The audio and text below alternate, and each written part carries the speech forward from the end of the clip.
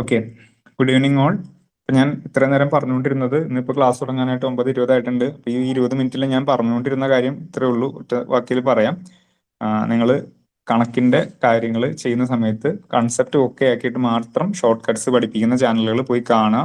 ഇന്ന് എനിക്ക് ഒന്നല്ല രണ്ടല്ല പല തവണയായിട്ട് ഇപ്പോൾ ഈ ഒരു സെയിം ഇഷ്യൂ തന്നെ എല്ലാവരും പറയുന്നു. കാരണം മാത്സ് ചെയ്യുമ്പോൾ അവർ കണക്കിലെ കൺസെപ്റ്റ് അല്ല പഠിക്കുന്ന ഷോർട്ട് കട്ട് പഠിച്ച് വെച്ചിട്ട് കണക്ക് ചെയ്യുന്ന സമയത്ത് ഒന്ന് മാറ്റി ചോദിച്ചു കഴിഞ്ഞാൽ കിട്ടുന്നില്ല. അപ്പൊ അതുകൊണ്ട് തന്നെ ഷോർട്ട് കട്ട് പഠിപ്പിക്കുന്ന ചാനൽ അതിപ്പോൾ എത്ര വലിയ സബ്സ്ക്രൈബേഴ്സ് ഉള്ള ചാനൽ ആയിക്കോട്ടെ, ദയവ് ചെയ്തത് കാണാതിരിക്കുക. നിങ്ങൾ കൺസെപ്റ്റ് ഓക്കെ ആക്കിയതിന് ശേഷം മാത്രം പോയി ആ ചാനൽ കാണാം. അപ്പൊ ഇതാണ് പറഞ്ഞു വന്ന കാര്യം. അപ്പൊ ഇന്ന് നമ്മൾ നോക്കാൻ പോകുന്നത് കോൺസ്റ്റിറ്റ്യൂഷന്റെ NCERT-യുടെ ഫസ്റ്റ് ചാപ്റ്ററിന്റെ രണ്ടാമത്തെ ക്ലാസ്സുകളാണ് ഇന്ന് നമ്മൾ കാണാൻ പോകുന്നത്. അപ്പൊ ഇതിനകത്ത് നമ്മൾ കഴിഞ്ഞ ക്ലാസ്സിൽ നമ്മൾ നോക്കിയ കാര്യം ഫങ്ഷൻസ് ഓഫ് കോൺസ്റ്റിറ്റ്യൂഷൻ എന്നുള്ളതാണ്. ഫങ്ഷൻസ് ഓഫ് കോൺസ്റ്റിറ്റ്യൂഷൻ ആണ് നമ്മൾ കഴിഞ്ഞ ക്ലാസ്സിൽ നോക്കിയത്. അപ്പൊ ഇന്ന് നമ്മൾ നോക്കാൻ പോകുന്നത് കോൺസ്റ്റിറ്റ്യൂഷൻ എങ്ങനെയൊക്കെയാണ് എഫക്റ്റീവ് ആകുക എന്നുള്ള കാര്യമാണ് നമ്മൾ ഇന്ന് നോക്കാനായിട്ട് പോകുന്നത്. അപ്പോൾ ആദ്യത്തെ ക്ലാസ്സിൽ പഠിച്ച കാര്യങ്ങളൊന്നും നമ്മൾ അടുത്ത ക്ലാസ്സിലേക്ക് വരുമ്പോൾ മറന്നു പോകരുത്. അതിപ്പോൾ 2 ക്ലാസ് കഴിയുമ്പോൾ 3-ാമത്തെ ക്ലാസ്സിൽ വരുമ്പോഴും എല്ലാം നമുക്ക് മുമ്പ് എന്താണോ പഠിച്ചത് അതിനെ ചുവട് പിടിച്ചിട്ടായിരിക്കും നമ്മൾ ഈ കോൺസ്റ്റിറ്റ്യൂഷന്റെ ക്ലാസ്സുകൾ, അത് കോൺസ്റ്റിറ്റ്യൂഷൻ അവസാനിക്കുന്ന വരെ നമ്മൾ ഈ അങ്ങനെയായിരിക്കും പോവുക. അപ്പൊ അതുകൊണ്ട് റിവിഷൻ എന്നുള്ളത് അത്രയധികം ഇമ്പോർട്ടന്റ് ആണ് എന്നുള്ള കാര്യം നമുക്ക് മനസ്സിലാക്കുക.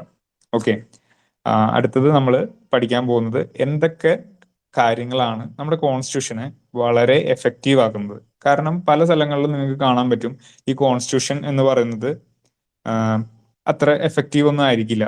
എന്ന് വെച്ച് കഴിഞ്ഞാൽ അത് എന്തുകൊണ്ടാണ് കോൺസ്റ്റിറ്റ്യൂഷൻ എഫക്റ്റീവ് അല്ലാത്ത, അല്ലെങ്കിൽ കോൺസ്റ്റിറ്റ്യൂഷൻ ഒരു വഴിക്ക് പോവും, ജനങ്ങൾ വേറെ വഴിക്ക് പോവും, ഭരിക്കുന്നവർ വേറെ വഴിക്ക് പോവും, അങ്ങനെയൊക്കെയാണ് നമുക്ക് കുറെ രാജ്യങ്ങളിലൊക്കെ ഉള്ളത്. അതിന്റെ പ്രധാനപ്പെട്ട കാര്യം എന്ന് വെച്ച് കഴിഞ്ഞാൽ ഈ കോൺസ്റ്റിറ്റ്യൂഷൻ അത് എഴുതി തയ്യാറാക്കിയതും എല്ലാം ഈ പറയുന്ന ആ രാജ്യത്തെ ഏറ്റവും വലിയ സൈനിക ഉദ്യോഗസ്ഥരോ അല്ലെങ്കിൽ രാജ ഭരണാധികാരികളോ അങ്ങനെയുള്ള ആരെങ്കിലുമൊക്കെ ആയിരിക്കും ഈ ഒരു കോൺസ്റ്റിറ്റ്യൂഷൻ എഴുതി തയ്യാറാക്കിയത്. അപ്പൊ അതുകൊണ്ട് തന്നെ അവർക്ക് ഇഷ്ടപ്പെട്ട രീതിയിൽ ആ കോൺസ്റ്റിറ്റ്യൂഷൻ അവർ വളച്ചൊടിക്കുകയും കാര്യങ്ങളെല്ലാം ചെയ്യാനായിട്ട് ശ്രമിക്കും. അപ്പൊ അതുകൊണ്ട് കോൺസ്റ്റിറ്റ്യൂഷൻ എന്നുള്ളത് എത്രമാത്രം എഫക്റ്റീവ് ആണ് എന്ന് പറഞ്ഞാൽ നമുക്ക് പല സ്ഥലങ്ങളിൽ എഫക്റ്റീവ് അല്ല എന്നുള്ളത് തന്നെയാണ് അതിന്റെ ഉത്തരവായിട്ട് നമുക്ക് പറയാനുള്ളത്. റെക്കോർഡറല്ലേ ആണ്. ഓക്കെ, അപ്പൊ അതിനകത്ത് എന്തൊക്കെ ഫാക്ടേഴ്സ് ആണ് നമ്മുടെ ഈ കോൺസ്റ്റിറ്റ്യൂഷനെ എഫക്റ്റീവ് ആക്കുന്നത് എന്നുള്ളത് ആണ് നമ്മൾ ഇന്ന് ജസ്റ്റ് ആദ്യത്തെ ഒരു പാർട്ടിൽ നമ്മൾ നോക്കാൻ പോകുന്നത്. കോൺസ്റ്റിറ്റ്യൂഷനെ എന്തൊക്കെ കാര്യങ്ങളാണ് എഫക്റ്റീവ് ആക്കുന്നത്. എഫക്റ്റീവ് ആക്കുക എന്ന് പറഞ്ഞാൽ എന്താ? അത് നല്ല രീതിയിൽ നടക്കുന്നുണ്ടോ എന്നുള്ളത് ഓക്കെ ആക്കുക. നമ്മൾ എഴുതി വെച്ചിരിക്കുന്ന കാര്യങ്ങളൊക്കെ എല്ലാം നടപ്പിലാവുന്നുണ്ടോ എന്നുള്ളത് നോക്കി കഴിഞ്ഞാൽ അതാണ് എഫക്റ്റീവ് ആവുക എന്നുള്ളത് കൊണ്ട് ഉദ്ദേശിക്കുന്നത്. ഇപ്പൊ കോൺസ്റ്റിറ്റ്യൂഷനിൽ ഒരു കാര്യം എഴുതി വെച്ചു, അതുപോലെയല്ല നമ്മുടെ നാട്ടിൽ നടക്കുന്നതെങ്കിൽ അത് കോൺസ്റ്റിറ്റ്യൂഷൻ എഫക്റ്റീവ് അല്ല എന്നുള്ളതാണ് അതിന്റെ അർത്ഥം. അപ്പൊ കാര്യം മനസ്സിലായല്ലോ, കോൺസ്റ്റിറ്റ്യൂഷൻ എങ്ങനെയാണ് എഫക്റ്റീവ് ആവുക എന്നുള്ള കാര്യമാണ് നമ്മൾ ഇന്ന് നോക്കാനായിട്ട് പോകുന്നത്. കോൺസ്റ്റിറ്റ്യൂഷൻ എങ്ങനെയാണ് എഫക്റ്റീവ് ആകുന്നത്, അല്ലെങ്കിൽ എന്തൊക്കെ കാര്യങ്ങളാണ് അതിനെ എഫക്റ്റീവ് ആക്കുന്നത് എന്നുള്ളതാണ് നമ്മൾ ഇന്ന് നോക്കാൻ പോകുന്ന കാര്യം. ഓക്കെ, അപ്പൊ അതിനകത്ത് ഫസ്റ്റ് വൺ ആണ് കോൺസ്റ്റിറ്റ്യൂഷന്റെ തയ്യാറാക്കിയിരിക്കുന്ന രീതി എന്ന് പറയുന്നത്. അതിന് നമ്മൾ മോഡ് ഓഫ് പ്രൊമുൾഗേഷൻ എന്ന് പറയും.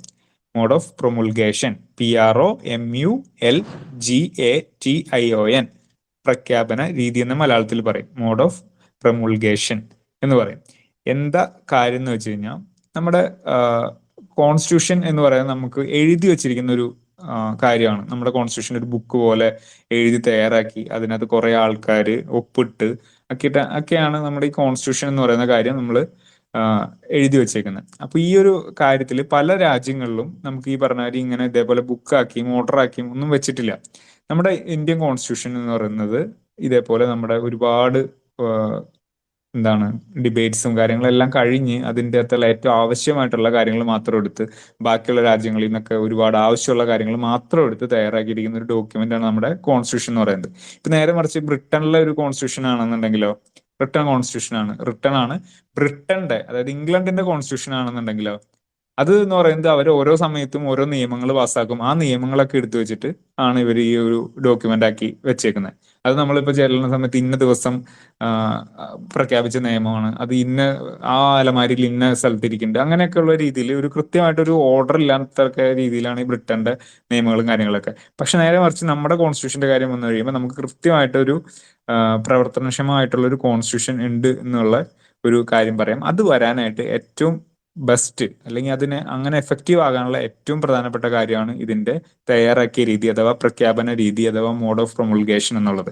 എന്താണ് ഈ പ്രൊമുൾഗേഷൻ എന്ന് വെച്ച് കഴിഞ്ഞാൽ ഈ ഒരു കോൺസ്റ്റിറ്റ്യൂഷൻ തയ്യാറാക്കിയിരിക്കുന്ന വ്യക്തികൾ ആരൊക്കെയാണ് എന്നുള്ളതാണ് ഇതിന്റെ ഏറ്റവും പ്രധാനപ്പെട്ട കാര്യം. ആരൊക്കെ ഇത് തയ്യാറാക്കിയിരിക്കുന്നത്? അന്നത്തെ കോൺസ്റ്റിറ്റ്യൂഷൻ ഉണ്ടാക്കിയ സമയത്ത് നമ്മുടെ സ്വാതന്ത്ര്യ സമരത്തിലും അതിനകത്ത് ഉള്ള കാര്യങ്ങൾ അങ്ങനെ റിലേറ്റ് ചെയ്തിട്ട് നമ്മുടെ ജനങ്ങൾക്ക് വളരെയധികം സമ്മതന്മാരായിട്ടുള്ള ആളുകളാണ് ഈ കോൺസ്റ്റിറ്റ്യൂഷൻ തയ്യാറാക്കിയിരിക്കുന്നത്. അപ്പൊ അതുകൊണ്ട് തന്നെയാണ് ഈ കോൺസ്റ്റിറ്റ്യൂഷൻ ഇത്രയധികം എഫക്റ്റീവ് ആകാനായിട്ടുണ്ടായ ഏറ്റവും വലിയ ഒരു പ്രൈമറി റീസൺ എന്ന് പറയുന്ന കാര്യം. ഇപ്പൊ നമ്മൾ ഒരു കാര്യം നോക്ക്, നമ്മുടെ ഇപ്പൊ ഇന്ത്യൻസ് തന്നെ ഒരു രാജ്യമായിട്ട് എടുക്കുക. ഇന്ത്യൻസ് രാജ്യമായിട്ട് എടുത്തു. നിങ്ങളെല്ലാം അതിനകത്തെ പ്രജകൾ, ഇവിടെയുള്ള അഡ്മിൻസ് അതിനകത്തുള്ള ഭരണാധികാരികളാണ് എന്ന് വിചാരിക്കുക. ഈ ഭരണാധികാരികൾ കൃത്യമായിട്ടുള്ള ഒരു പ്രൂവൺ ട്രാക്ക് റെക്കോർഡ് ഇല്ലാത്തവരോ അല്ലെങ്കിൽ ഇതിനെ കുറിച്ചിട്ടുള്ള കൃത്യമായിട്ടുള്ള കാര്യങ്ങൾ അറിയോ ഇതൊന്നും ചെയ്യുന്നില്ലെങ്കിൽ നിങ്ങൾ എന്താ ചെയ്യുക? ഇവിടെ പറയുന്ന കാര്യങ്ങളൊന്നും നിങ്ങൾ കേൾക്കൂല. ഇപ്പൊ ഞാൻ എന്തെങ്കിലും ഇൻസ്ട്രക്ഷൻ തരുന്നുണ്ടെങ്കിൽ നിങ്ങൾക്ക് അറിയാം അതിനകത്ത് ഇമ്പോർട്ടന്റ് ആണ്, ഈ കാര്യം നമ്മൾ ചെയ്യേണ്ടതാണ് എന്നുള്ളത് നിങ്ങൾക്ക് അറിയാം. അപ്പൊ നിങ്ങൾ അതനുസരിച്ചിട്ട് നിങ്ങൾ ആക്ട് ചെയ്യും. ഇപ്പൊ ഞാൻ വേറെ ഇതൊന്നും അല്ല, നിങ്ങളിൽ ഉള്ള ഒരാളാണ് ഈ സാധനം വന്ന് പറയുന്നതെങ്കിൽ നിങ്ങൾ അത് അനുസരിക്കോ? അല്ലെങ്കിൽ നിങ്ങൾ അത് കേൾക്കാനായിട്ട് മനസ്സ് കൊടുക്കോ? ഇല്ല.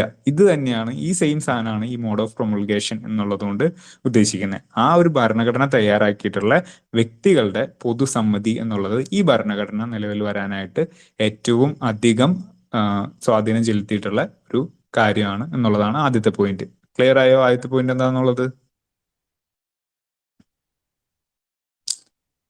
ഇന്ന് കുറച്ച് സമയം അധികം പോയി, അതുകൊണ്ടാണ് ഞാൻ ഒരു ഇത്തിരി സ്പീഡിൽ പോകുന്നത്. നിങ്ങൾക്ക് മനസ്സിലാകായോ എന്തെങ്കിലും കാര്യം ഉണ്ടെന്നുണ്ടെങ്കിൽ ഇവിടെ ചോദിക്കാൻ ഞാൻ അത് ഒരു പ്രാവശ്യം കൂടി പറഞ്ഞുതരാം. ഈ ഒരു കാര്യം എന്താണെന്നുള്ളത് നിങ്ങൾ ആ എക്സാമ്പിൾ ഒന്ന് നിങ്ങളുടെ മനസ്സിലേക്ക് സ്റ്റോർഡ് ആയി കഴിഞ്ഞാൽ നിങ്ങൾക്ക് കാര്യം പെട്ടെന്ന് കത്തും.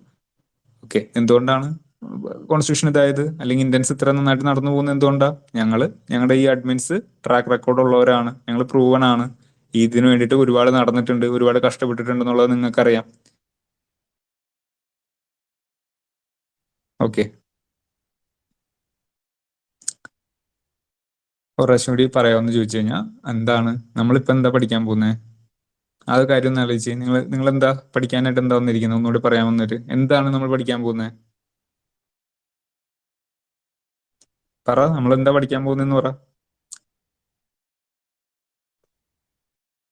സുമയ്യ എവിടെ? വിയാന എവിടെ? അനീഷ എവിടെ?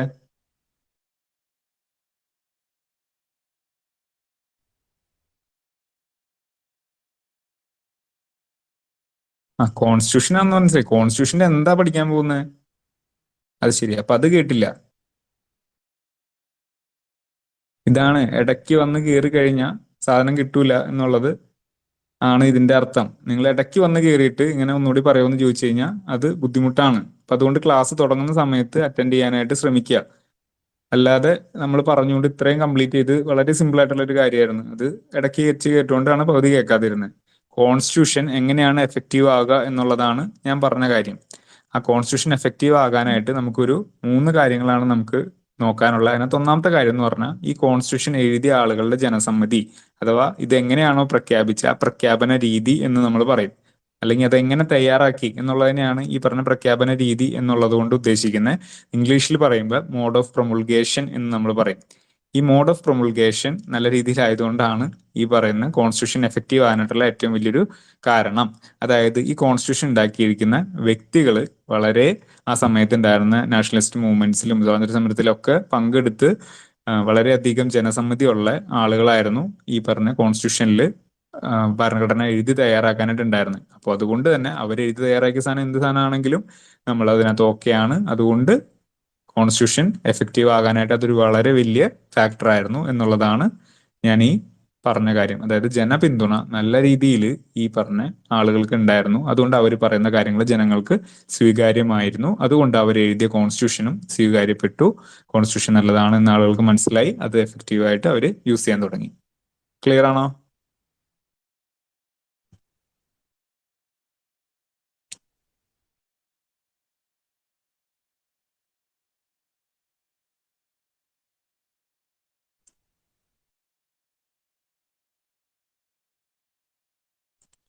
രണ്ടാമത്തെ കോൺസ്റ്റിറ്റ്യൂഷൻ എഫക്റ്റീവ് ആയിട്ട് വരാനുള്ള കാര്യം എന്ന് വെച്ച് കഴിഞ്ഞാൽ ഈ കോൺസ്റ്റിറ്റ്യൂഷനിലുള്ള പ്രധാനപ്പെട്ട വ്യവസ്ഥകളെയാണ്.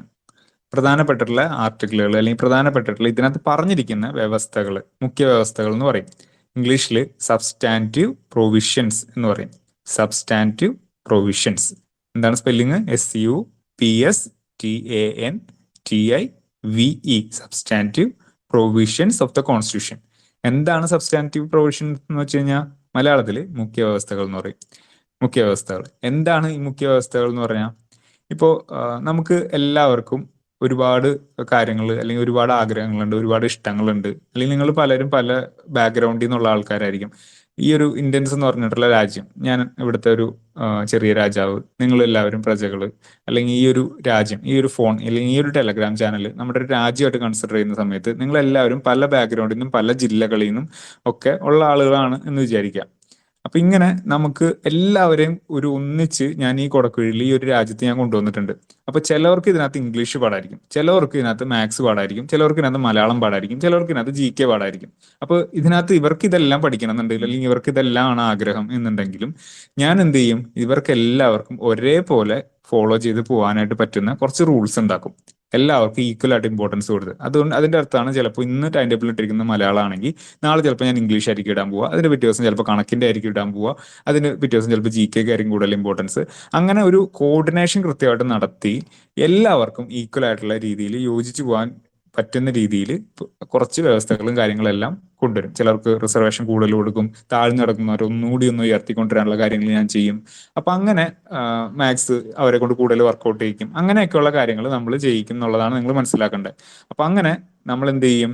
എല്ലാവർക്കും ഇവിടെയുള്ള എത്ര വലിയവനാണെങ്കിലും ഇത്ര ചെറിയവനാണെങ്കിലും അല്ലെങ്കിൽ ഒരു ആവറേജ് മനുഷ്യനാണെങ്കിലും എല്ലാവരെയും ഒരുപോലെ കോർഡിനേറ്റ് ചെയ്ത് കൊണ്ടുപോകാൻ പറ്റുന്ന രീതിയിൽ നമ്മളിവിടെ വ്യവസ്ഥകൾ ചിട്ടപ്പെടുത്തി വെച്ചിട്ടുണ്ട്. നമ്മുടെ കുറച്ച് മൗലിക അവകാശങ്ങൾ നമുക്ക് തന്നിട്ട്, കുറച്ച് സ്വാതന്ത്ര്യങ്ങൾ നമുക്ക് തന്നിട്ട് ഒക്കെ നമ്മളിങ്ങനെ ഒരുപാട് കാര്യങ്ങൾ ചെയ്തു വെച്ചിട്ടുണ്ട്. അപ്പൊ ഇതിനെയാണ് നമ്മൾ ഈ കോൺസ്റ്റിറ്റ്യൂഷന്റെ മുഖ്യ വ്യവസ്ഥകൾ എന്ന് പറയുന്നത്. ഈ മുഖ്യ വ്യവസ്ഥകൾ ചിട്ടപ്പെടുത്തിയിരിക്കുന്നത് എല്ലാവർക്കും ഒരേ രീതിയിൽ യോജിച്ച് ഈ പറയുന്ന ജീവിക്കാൻ വേണ്ടിയിട്ട് ഉള്ള കാര്യങ്ങളാണ് നമ്മുടെ കോൺസ്റ്റിറ്റ്യൂഷനിൽ നമ്മൾ എഴുതി വെച്ചിരിക്കുന്നത്. ഇതിനെയാണ് സബ്സ്റ്റാൻറ്റീവ് പ്രൊവിഷൻസ് എന്ന് പറയുന്നത്, അഥവാ മുഖ്യ വ്യവസ്ഥകൾ. ഈ മുഖ്യ വ്യവസ്ഥകളാണ് ഈ കോൺസ്റ്റിറ്റ്യൂഷൻ നന്നായിട്ട് അല്ലെങ്കിൽ എഫക്റ്റീവ് ആയിട്ട് പോകാനുള്ള കാരണം. ഈ മുഖ്യ വ്യവസ്ഥകളിൽ എഴുതി വെച്ചിരിക്കുന്നത് തെറ്റാണെങ്കിലും അല്ലെങ്കിൽ അത് കൃത്യമുള്ള രീതിയിൽ അല്ലെങ്കിലും കോൺസ്റ്റിറ്റ്യൂഷൻ മര്യാദയ്ക്ക് പോവില്ല. അതാണ് അതിന്റെ പിന്നിലെ കാര്യം. അപ്പോൾ കോൺസ്റ്റിറ്റ്യൂഷൻ എഫക്റ്റീവ് ആകാനുള്ള പ്രധാനപ്പെട്ട കാര്യങ്ങളാണ് ഈ കോൺസ്റ്റിറ്റ്യൂഷനിൽ എഴുതി വെച്ചിരിക്കുന്ന മുഖ്യമായിട്ടുള്ള വ്യവസ്ഥകൾ. ഓക്കെ, മനസ്സിലായോ ആ കാര്യം?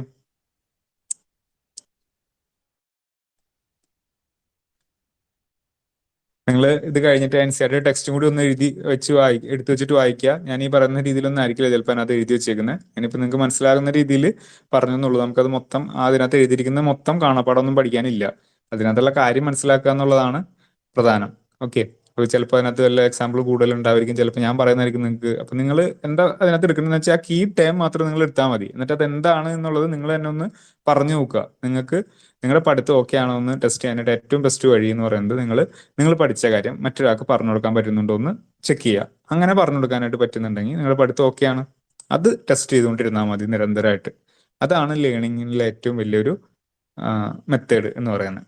ഓക്കെ, അപ്പൊ നമ്മുടെ കോൺസ്റ്റിറ്റ്യൂഷൻ എങ്ങനെ എഫക്റ്റീവ് ആയി എന്ന് ചോദിച്ചാൽ, അല്ലെങ്കിൽ ബാക്കിയുള്ള രാജ്യങ്ങളുടെയൊക്കെ കോൺസ്റ്റിറ്റ്യൂഷൻ എങ്ങനെ എഫക്റ്റീവ് ആക്കാം എന്നൊക്കെ ചോദിച്ചു കഴിഞ്ഞാൽ, എഫക്റ്റീവ്നെസ് കിടക്കുന്നത് ഈ ഒരു കാര്യം കൂടി ഉണ്ട്. അങ്ങനെ 3 പോയിന്റ്സിലാണ് എന്ന് നമുക്ക് വേണമെന്നുണ്ടെങ്കിൽ പറയാം. ഓക്കെ, അപ്പൊ അതിനകത്ത് ഫസ്റ്റ് വൺ ആണ് മോഡ് ഓഫ് പ്രൊമുൾഗേഷൻ, രണ്ടാമത്തെയാണ് സബ്സ്റ്റൻസീവ് പ്രൊവിഷൻസ് അഥവാ മുഖ്യ വ്യവസ്ഥകൾ, ആദ്യത്തെ പ്രഖ്യാപന രീതി, രണ്ടാമത്തെ മുഖ്യ വ്യവസ്ഥകൾ, മൂന്നാമത്തെ ആണ് ബാലൻസ്ഡ് ഇൻസ്റ്റിറ്റ്യൂഷണൽ ഡിസൈൻ. ഓക്കെ, മൂന്നാമത്തേത് ബാലൻസ്ഡ് ഇൻസ്റ്റിറ്റ്യൂഷണൽ ഡിസൈൻ. ഈ 2 പോയിന്റ് ഓക്കെ അല്ലേ? അതൊന്നുകൂടി ഒന്ന് കൺഫേം ചെയ്യട്ടെ. 2 പോയിന്റ് ഓക്കെ അല്ലേ? എന്തെങ്കിലും സംശയം ഉണ്ടെന്നുണ്ടെങ്കിൽ നാളെ ഇവിടെ ഗ്രൂപ്പിൽ ചോദിക്കണം കേട്ടോ, ഞാൻ ക്ലിയർ ചെയ്ത് തരും.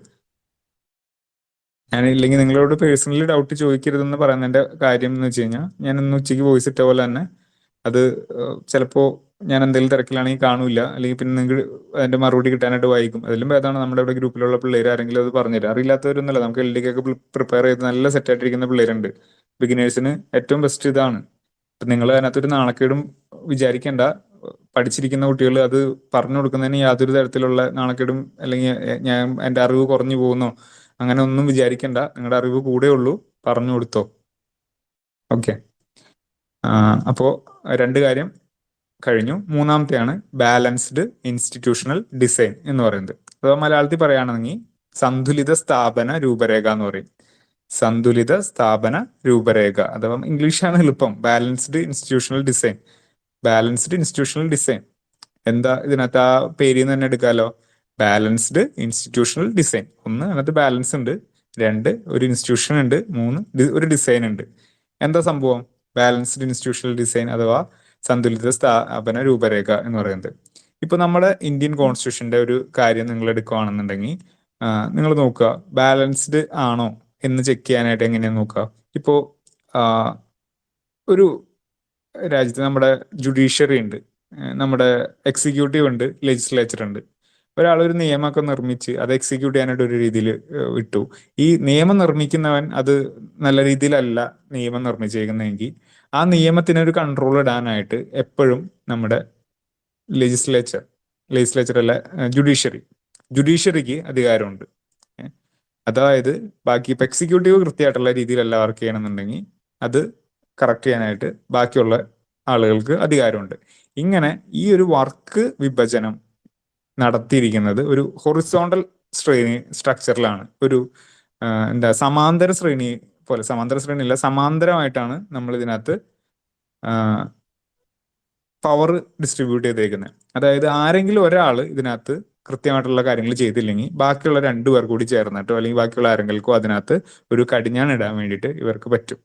അപ്പൊ അതിനെയാണ് നമ്മൾ ഈ പവർ ഫ്രാഗ്മെന്റ് ചെയ്ത് കൊടുത്തിരിക്കുന്നതെന്ന് പറയും, ഫ്രാഗ്മെന്റേഷൻ എന്ന് പറയും. പവർ ഫ്രാഗ്മെന്റേഷൻ ചെയ്ത് കൊടുത്തേക്കാണ്. ആ കൊടുത്തിരിക്കുന്നത് ഹൊറിസോണ്ടൽ ഫ്രാഗ്മെന്റേഷൻ ആണ് എന്നുള്ള കാര്യം കൂടി ഓർക്കാം. ഓക്കെ, അതായത് എന്താണ്, നമുക്കിപ്പോ ചില ഒരാൾക്ക് ഭയങ്കര രീതിയിൽ നല്ല രീതിയിൽ കാര്യങ്ങൾ ചെയ്യണമെന്ന് ആഗ്രഹമുണ്ട്, ഒരാൾ ഭയങ്കര മോശമായിട്ടുള്ള രീതിയിലാണ് കാര്യങ്ങളൊക്കെ ചെയ്യുന്നത്. അപ്പൊ ഈ മോശമായിട്ട് ചെയ്യുന്ന ആളുകൾക്ക് എന്തെങ്കിലും ഒരു പവർ കൂടുതൽ കൊടുത്തു കഴിഞ്ഞാൽ എന്താ സംഭവിക്കുക? ആ കോൺസ്റ്റിറ്റ്യൂഷൻ തന്നെ അട്ടിമറിക്കാനുള്ള ഒരു സാധ്യത അവിടെ കാണുന്നുണ്ട്. അയാൾക്ക് ആവശ്യമുള്ള കാര്യങ്ങൾ അല്ലെങ്കിൽ ആൾക്കാരെയൊക്കെ കുത്തിത്തിരിക, നിയമനങ്ങൾ വേറെ രീതിയിൽ നടത്താം, അല്ലെങ്കിൽ ആ രാജ്യത്തിന്റെ എല്ലാം തന്നെ കുട്ടിച്ചോറാക്കാനായിട്ട് ആ മോശമായിട്ടുള്ള രീതിയിൽ പ്രവർത്തിക്കുന്ന ആളുകൾക്ക് പറ്റും. അപ്പൊ അങ്ങനെയുള്ള രീതിയിൽ ഒരു തരത്തിലുള്ള പ്രവൃത്തിയും ഇന്ത്യയിൽ വരാതിരിക്കാൻ വേണ്ടിയിട്ടാണ് നമ്മൾ ഈ പവറിനെല്ലാം നമ്മൾ ഫ്രാഗ്മെന്റ് ചെയ്ത് കൊടുത്തിരിക്കുന്നത്, അഥവാ ഡിസ്ട്രിബ്യൂട്ട് ചെയ്ത് ഒരു സമാന്തര ശ്രേണിയിൽ കൊടുത്തിരിക്കുന്നത്. അപ്പൊ ഇതിന് ഈ പറയുന്ന മൂല്യങ്ങൾ ആവശ്യമുള്ള അല്ലെങ്കിൽ എന്തെങ്കിലും പ്രധാനപ്പെട്ട കാര്യങ്ങൾ വേണമെന്നുണ്ടെങ്കിൽ ആ കാര്യങ്ങളെ ഇതിനകത്ത് കൊണ്ടുവരാനും അതിനകത്ത് ആവശ്യമുള്ള കാര്യങ്ങൾ എടുത്തു കളയാനും എല്ലാം പറ്റുന്ന രീതിയിൽ പവർ കൊടുത്തിട്ടാണ് ഇവർ മൂന്ന് കാര്യങ്ങളെയും, അല്ലെങ്കിൽ അങ്ങനെ പവർ കൊടുക്കേണ്ട സ്ഥാപനങ്ങളെ കൊടുത്തിട്ടൊക്കെയാണ് ഈ ഒരു ഡിസൈൻ നമ്മൾ ഉണ്ടാക്കിയിരിക്കുന്നത്. അതുകൊണ്ടാണ് അതിനെ ബാലൻസ്ഡ് ഇൻസ്റ്റിറ്റ്യൂഷണൽ ഡിസൈൻ എന്ന് വിളിക്കുന്നത്. കാരണം ഒരു അങ്ങോട്ടും ഇല്ല ഇങ്ങോട്ടും ഇല്ല എന്നുള്ള രീതിയിൽ ഒരു ബാലൻസ്ഡ് ആയിട്ടുള്ള ഒരു പ്രോസസ്സാണ് അല്ലെങ്കിൽ പവർ ഡിസ്ട്രിബ്യൂഷൻ ആണ് ഇവിടെ കൊടുത്തിട്ടുള്ളത് എന്നുള്ളതാണ് അതിന്റെ അർത്ഥം. കാര്യം മനസ്സിലായോ? ബാലൻസ്ഡ് ഇൻസ്റ്റിറ്റ്യൂഷണൽ ഡിസൈൻ എന്താണെന്നുള്ളത്. ഈ ബാലൻസ്ഡ് ഇൻസ്റ്റിറ്റ്യൂഷണൽ ഡിസൈൻ ആണ് കോൺസ്റ്റിറ്റ്യൂഷൻ എഫക്റ്റീവ് ആവാനായിട്ട് ഉള്ള ഏറ്റവും പ്രധാനമായിട്ടുള്ള അടുത്തൊരു കാര്യം. കാരണം ഇതിനകത്ത് ആരെങ്കിലും ഒരാൾക്ക് പവർ കൂടുതൽ കൊടുത്തു കഴിഞ്ഞാൽ എന്ത് സംഭവിക്കും? ഇവിടെ കോൺസ്റ്റിറ്റ്യൂഷൻ അട്ടിമറിക്കപ്പെടും. അങ്ങനെ വരാതിരിക്കാൻ വേണ്ടിയിട്ട് നമ്മുടെ ഡിസൈൻ എന്ന് പറയുന്നത് ബാലൻസ്ഡ് ആക്കി വെച്ചേക്കാണ്. അപ്പൊ ഈ മൂന്ന് കാര്യങ്ങളാണ് നമുക്ക് പഠിക്കാനുള്ളത്. എന്തുകൊണ്ട് നമ്മുടെ ഇന്ത്യൻ കോൺസ്റ്റിറ്റ്യൂഷൻ എഫക്റ്റീവായി എന്ന് ചോദ്യം എങ്ങാനും ചോദിച്ചു കഴിഞ്ഞാൽ, what are the factors that effect the effectiveness of A constitution എന്ന് നിങ്ങളോട് ചോദ്യം ചോദിച്ചു കഴിഞ്ഞാൽ ആ സമയത്ത് നിങ്ങൾക്ക് എഴുതാൻ പറ്റുന്നതാണ് ഈ മൂന്ന് കാര്യങ്ങൾ. കഴിഞ്ഞ ഇതിനകത്ത് സ്റ്റേറ്റിന്റെയും ഇതിന്റെയൊക്കെ ക്വസ്റ്റ്യൻ വന്നിരിക്കുന്നുണ്ടല്ലോ, അല്ലെങ്കിൽ ഫങ്ഷൻസ് ഓഫ് കോൺസ്റ്റിറ്റ്യൂഷൻ ഏതാണ് എന്നുള്ള കാര്യം മനസ്സിലായല്ലോ. അതേ രീതിയിൽ ചോദ്യം വരുവാണെന്നുണ്ടെങ്കിൽ ആ ചോദ്യം വരാനായിട്ട് സാധ്യതയുള്ള കാര്യം എങ്ങനെയാണ്, what are the factors that affect the effectiveness of A constitution എന്നുള്ളത്. അപ്പൊ ഇവിടെ ഈ മൂന്ന് പോയിന്റിൽ പെടാതെ വേറെ എന്തെങ്കിലും കാര്യം കൊടുത്തിട്ടുണ്ടെങ്കിൽ അതാണ് നമ്മുടെ ഓപ്ഷനിൽ ഇല്ലാത്ത കാര്യം. മൂന്നെണ്ണം ഏതൊക്കെയാണ്? ഒന്ന് മോഡ് ഓഫ് പ്രൊമുൾഗേഷൻ, രണ്ട് സബ്സ്റ്റൻറ്റീവ് പ്രൊവിഷൻസ്, മൂന്ന് ബാലൻസ്ഡ് ഇൻസ്റ്റിറ്റ്യൂഷണൽ ഡിസൈൻ. ഓക്കെ, കഴിഞ്ഞു. എഫക്റ്റീവ്നെസ് ഓഫ് കോൺസ്റ്റിറ്റ്യൂഷൻ കഴിഞ്ഞു. ഇത്രേ ഉള്ളൂ. ഈ മൂന്ന് കാര്യങ്ങൾ പഠിച്ചാൽ മതി. ആ മൂന്ന് കാര്യങ്ങൾ പഠിക്കാൻ വേണ്ടിയിട്ടാണ് നമ്മൾ 39 മിനിറ്റ് എടുത്തത്.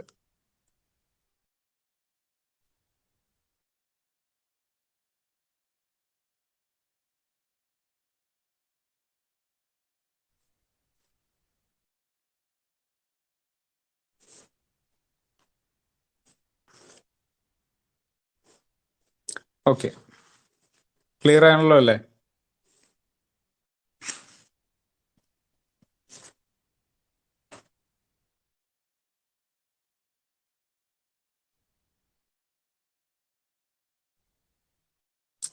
ഇനി നാളത്തെ പരീക്ഷയ്ക്ക് തന്നെ ഇത് തെറ്റിച്ചു വെക്കണം കേട്ടോ. സാധാരണ ഗതിയിൽ ചിത്രം ഇതിനകത്ത് 7:30 ആവുന്ന സമയത്ത് ക്വിസ് ഇടും. അപ്പൊ ഞാൻ ഈ ക്ലാസ് എടുക്കുന്ന കാര്യങ്ങൾ ഇങ്ങനെ ഇത്രയും 3-4 പ്രാവശ്യമൊക്കെ പറഞ്ഞ് ഈ സെയിം ക്വസ്റ്റ്യനും പറഞ്ഞു കൊടുക്കും, എങ്ങനെയാണ് ക്വസ്റ്റ്യൻ വരിക എന്നുള്ള കാര്യം ഇങ്ങനെ പറഞ്ഞു കൊടുക്കും. എന്നിട്ട് പിറ്റേ ദിവസം ക്വിസിന് നോക്കി കഴിയുമ്പോൾ 58% തെറ്റുത്തരമായിരിക്കും കൊടുത്തിട്ടുണ്ടാവുക, അല്ലെങ്കിൽ 40% ആൾക്കാർ തെറ്റുത്തരം. അപ്പൊ ഇത് കണ്ടു കഴിയുമ്പോൾ ദൈവമേ, അപ്പൊ ഞാൻ ഇന്നലെ എന്തായിരുന്നു ഇരുന്ന് ക്ലാസ് എടുത്ത് എന്ന് തോന്നും. അപ്പൊ അങ്ങനത്തെ സംഭവങ്ങൾ ഉണ്ടാവാറുണ്ട്. അത് മെയിൻലി അത് ഈ റെക്കോർഡ് വെക്കുന്ന കുട്ടികൾക്ക് പറ്റുന്ന അബദ്ധമാണ്. പക്ഷെ റെക്കോർഡ് വെക്കുന്നവർ 7:30 അവിടെ ഗ്രൂപ്പിൽ ഉണ്ടെന്നുള്ളതാണ് രസം. എന്താണ് സംഭവിക്കാന്ന് അറിയില്ല. അപ്പൊ നിങ്ങൾ അങ്ങനെ ഒരു അബദ്ധം കൊണ്ടൊന്ന് പറ്റരുത്. പറ്റുന്ന കാര്യങ്ങൾ, പഠിക്കുന്ന കാര്യങ്ങൾ വളരെ വ്യക്തമാക്കി പഠിച്ചു പോവുക. ഇപ്പൊ ഈ ഒരു സമയത്ത് നിങ്ങൾക്ക് കുറച്ചേ പഠിക്കാനുള്ളൂ. ഈ പഠിക്കുന്നത് നിലനിർത്തി പോയി കഴിഞ്ഞാൽ ഒരു കുറെ നാൾ, 1 മാസം 2 മാസമൊക്കെ കഴിഞ്ഞ് കഴിയുമ്പോൾ നിങ്ങൾക്ക് വളരെ വലിയ ഒരു കണ്ടന്റ് നിങ്ങളുടെ കയ്യിലുണ്ടാവും. ഇപ്പോൾ ജസ്റ്റ് ഈ കഴിഞ്ഞ ആഴ്ച നമ്മൾ എന്തെങ്കിലും പഠിച്ചതായിട്ട് നിങ്ങൾക്ക് തോന്നിയോ? വലിയ സീരിയസ്ലി വലിയ കാര്യം എന്തെങ്കിലും പഠിച്ചായിട്ട് തോന്നിയോ? ആകെ 3 ചാപ്റ്റർ എന്തോ എടുത്ത്, ചെറിയൊരു SCRT, കുറച്ച് ഇംഗ്ലീഷിന്റെ വൊക്കാബുലറി.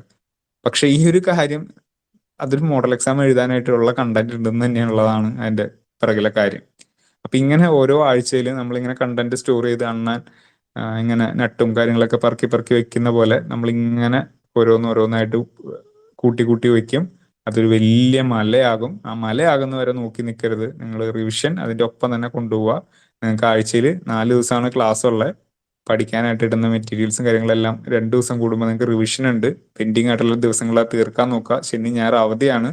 ഇതെല്ലാം നിങ്ങൾക്ക് അതേ രീതിയിൽ നിങ്ങൾക്ക് പറ്റുന്ന കാര്യങ്ങളാണ്. നിങ്ങൾക്ക് പറ്റുന്ന രീതിയിൽ ഇവിടെ വർക്ക് ചെയ്യുന്നത്, എനിക്ക് ഉള്ള കുട്ടികൾ എന്ന് പറയുന്നത് ഫുൾ ടൈം PSCക്ക് പോകുന്ന കുട്ടികളല്ല. ഒരു 99.9% വീട്ടിലെ ജോലികളും കാര്യങ്ങളും എല്ലാം കഴിഞ്ഞ് ഇരുന്ന് PSCക്ക് പഠിക്കുന്ന കുട്ടികളാണ് എനിക്കുള്ളത്. അത് നിങ്ങൾക്ക് നിങ്ങൾ തന്നെ ഒന്ന് ആലോചിച്ച്, നിങ്ങളുടെ കാര്യം എടുത്ത് ആലോചിച്ചാൽ മതി, നിങ്ങൾക്ക് മനസ്സിലാവും. അപ്പൊ ആ പിള്ളേർക്ക് പഠിക്കാനായിട്ട് വേണ്ടിയിട്ട് അത് ഡിസൈൻ ചെയ്ത് വെച്ചിരിക്കുന്നതാണ്. ഇത്രയും കുറവ് കണ്ടന്റിൽ വേറൊരു സ്ഥലത്ത് പോയാൽ ഇത്രയും കുറവ് നിങ്ങൾക്ക് പഠിക്കാൻ തരില്ല. പക്ഷെ ആ പഠിക്കുന്നത് ഓരോ ദിവസമായി കഴിയുമ്പോൾ എന്തായി, അതൊരു പലതുള്ളി പെരുവെള്ളം എന്നുള്ള രീതിയിലേക്ക് വരും. അപ്പൊ നമ്മൾ ആ നിലനിർത്തി കൂടി കൊണ്ടുപോകാനുള്ള കാര്യം നമ്മൾ ചെയ്യണം. ഓക്കെ, നിങ്ങൾക്ക് റഷ് ചെയ്യാൻ തരില്ല. നിങ്ങൾക്ക് പറ്റുന്ന ലോഡെ നിങ്ങൾക്ക് എടുത്താൽ മതി. ആ ലോഡ് നിങ്ങൾ തലയിൽ വെച്ച് വെച്ച് വെച്ച് അത് ശീലമാക്കണം എന്നുള്ളത് മാത്രമാണ് ഇത്. ഇപ്പൊ നിങ്ങൾക്ക് ഇവിടെ പഠിപ്പിക്കാൻ ഇപ്പൊ ഫുൾ ടൈം ഇരുന്ന് പഠിപ്പിക്കുന്ന ആ 1% ചിലപ്പോൾ പിള്ളേരുണ്ടാവും. ആ പിള്ളേർ എന്താ ചെയ്യേണ്ടതെന്ന് വെച്ച് കഴിഞ്ഞാൽ അവർക്ക് ഇത് പഠിക്കുക ആദ്യം. ഇത് പഠിച്ചതിന് ശേഷം ബാക്കിയുള്ള സമയത്ത് അവർക്ക് അവരുടേതായിട്ടുള്ള രീതിയിൽ ഉള്ള പഠിത്തങ്ങൾ, അത് മിക്കവാറും പ്രീവിയസ് ക്വസ്റ്റ്യൻ പേപ്പേഴ്സ് ഒക്കെ വെച്ചിട്ടായി കഴിഞ്ഞാൽ നല്ലത്. അങ്ങനെയുള്ള രീതിയിൽ അവരതൊന്ന് പ്ലാൻ ചെയ്യുക. ബാക്കിയുള്ള സമയം ഞാൻ എന്ത് ചെയ്യണം, ഇന്റൻസിലെ പരീക്ഷകൾ കഴിഞ്ഞിട്ട് ബാക്കിയുള്ള സമയത്ത് ഞാൻ എന്ത് ചെയ്യും എന്നുള്ളത് നിങ്ങൾ തന്നെ സ്ട്രക്ചർ ചെയ്യുക, നിങ്ങളുടെ പഠന രീതി. അത് നിങ്ങൾക്ക് പറഞ്ഞു തരാൻ പറ്റുള്ളൂ, സാറിന് ടൈം ടേബിൾ ഇട്ട് തരാൻ പറ്റില്ല. ഏഹ് അപ്പൊ അങ്ങനെ അത് നിങ്ങളേതായിട്ട് നിങ്ങളുടെ ടൈം ടേബിൾ ആക്കിയിട്ട് ചെയ്യുക. ഇപ്പൊ കുറെ പേര് സാർ എനിക്കൊരു ടൈം ടേബിൾ സെറ്റ് ചെയ്ത് തരുമോ, അതല്ലെങ്കിൽ യൂട്യൂബിൽ നോക്കുന്ന സമയത്ത് നമുക്ക് കാണാൻ പറ്റും കുറെ ടൈം ടേബിളുകൾ. എന്തിനാണ് ആ ടൈം ടേബിൾ? ആ ടൈം ടേബിൾ ഉണ്ടാക്കിയ ആൾക്ക് വർക്കിംഗ് ആണ്. അത് നിങ്ങൾക്ക് അത് ഫലവത്താവില്ല. നിങ്ങൾക്ക് ഫലവത്താവണമെന്നുണ്ടെങ്കിൽ നിങ്ങളുടെ സമയം അതിനനുസരിച്ചിട്ട് നിങ്ങൾ ക്രമീകരിക്കേണ്ടി വരും. അപ്പോൾ അതിനും ഭേദം നിങ്ങൾക്ക് പറ്റുന്ന സമയത്ത് നിങ്ങൾക്ക് നിങ്ങളുടേതായിട്ടുള്ള സമയത്തിൽ നിങ്ങൾ ചെയ്യുക. സമയം സെറ്റ് ചെയ്യുക, ടൈം ടേബിൾ സെറ്റ് ചെയ്യുക, എല്ലാ കാര്യങ്ങളും സെറ്റ് ചെയ്തിട്ട് നിങ്ങൾ പഠിക്കാനിരിക്കുക. ഓക്കെ, മാക്സിമം നിങ്ങളുടെ പഠിത്തം പ്രാക്ടീസ് ഓറിയന്റഡ് ആക്കിയിട്ട് കൊണ്ടുപോകാനായിട്ട് ശ്രമിക്കുക. പ്രാക്ടീസ് ഓറിയന്റഡ് എന്ന് പറഞ്ഞാൽ എന്താ? എക്സാംസ്. ആ എക്സാംസ് അല്ലേ നിങ്ങൾക്ക് ഇവിടെ എല്ലാ ദിവസവും കിട്ടുന്നേ.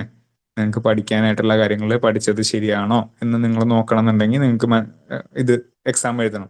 നിങ്ങളുടെ നോട്ട് എഴുതി വെച്ചേക്കണേൽ എന്തെങ്കിലും എക്സ്ട്രാ പോയിന്റ് നിങ്ങൾക്ക് ആഡ് ചെയ്യേണ്ടതുണ്ടോ എന്നറിയണമെന്നുണ്ടെങ്കിൽ അതിന് നിങ്ങൾക്ക് എക്സാം എഴുതണം. ഇതൊന്നും ചെയ്തില്ലെങ്കിൽ എങ്ങനെ നിങ്ങളുടെ പ്രിപ്പറേഷൻ നന്നായിട്ട് പോവില്ല. അപ്പൊ അത് ആണ് സാർ ഈ എക്സാം എഴുതാത്തതിനൊക്കെ നിങ്ങളെ വഴക്ക് പറയുന്നതും ചീത്ത പറയുന്നതിന്റെ ഒക്കെ പിറകിലെ കാര്യം ഇതാണ് എന്നുള്ള കാര്യം മനസ്സിലാക്കുക. ഓക്കെ, പിന്നെ വേറൊരു കാര്യം കൂടി നിങ്ങൾക്ക് പറയാനുള്ളതെന്ന് വെച്ചാൽ, എനിക്ക് പറയാനുള്ളതെന്ന് വെച്ച് കഴിഞ്ഞാൽ, ഇപ്പൊ നിങ്ങൾ വിചാരിക്കും ഞാൻ ഈ ക്ലാസ് എടുക്കുന്നതിൽ കുറേയൊക്കെ വർത്തമാനമാണല്ലോ എന്ന്. അത് കുറെ കഴിഞ്ഞ് കഴിയുമ്പോൾ അത് അങ്ങോട്ട് മാറിക്കോളും കേട്ടോ. പിന്നെ നമ്മൾ കണ്ടന്റ് മാത്രമാണ്, ഇപ്പൊ തുടക്കമൊക്കെ ആയതുകൊണ്ടാണ് റിലാക്സ് ചെയ്ത് ക്ലാസ് എടുക്കുന്നത്. കുറച്ച് അങ്ങോട്ട് പോയി കഴിയുമ്പോൾ അത്യാവശ്യം നല്ല രീതിയിൽ കണ്ടന്റ് വരും, ഞാൻ സംസാരിക്കുന്നത് കുറയും, അത് അങ്ങോട്ട് മാറിക്കോളും. പിന്നെ എനിക്ക് അത്രയും ഞാൻ എടുക്കുന്നുണ്ടെങ്കിൽ കൂടിയും ആ എടുക്കുന്ന കണ്ടന്റുകൾ നിങ്ങൾക്ക് വലിച്ചു വാരിയുള്ള രീതിയിൽ ഉണ്ടാവില്ല. നിങ്ങൾക്ക് ആവശ്യമുള്ള കാര്യങ്ങളായിരിക്കും ഞാൻ പറഞ്ഞുതരാം. അതിൽ നിന്ന് അങ്ങനെ തന്നെ ചോദ്യം വരും. അതിന്റെ അപ്പുറത്തുനിന്ന് ഒരു ചോദ്യം വരികയാണെങ്കിൽ അത് വേറെ ആർക്കും കിട്ടില്ല.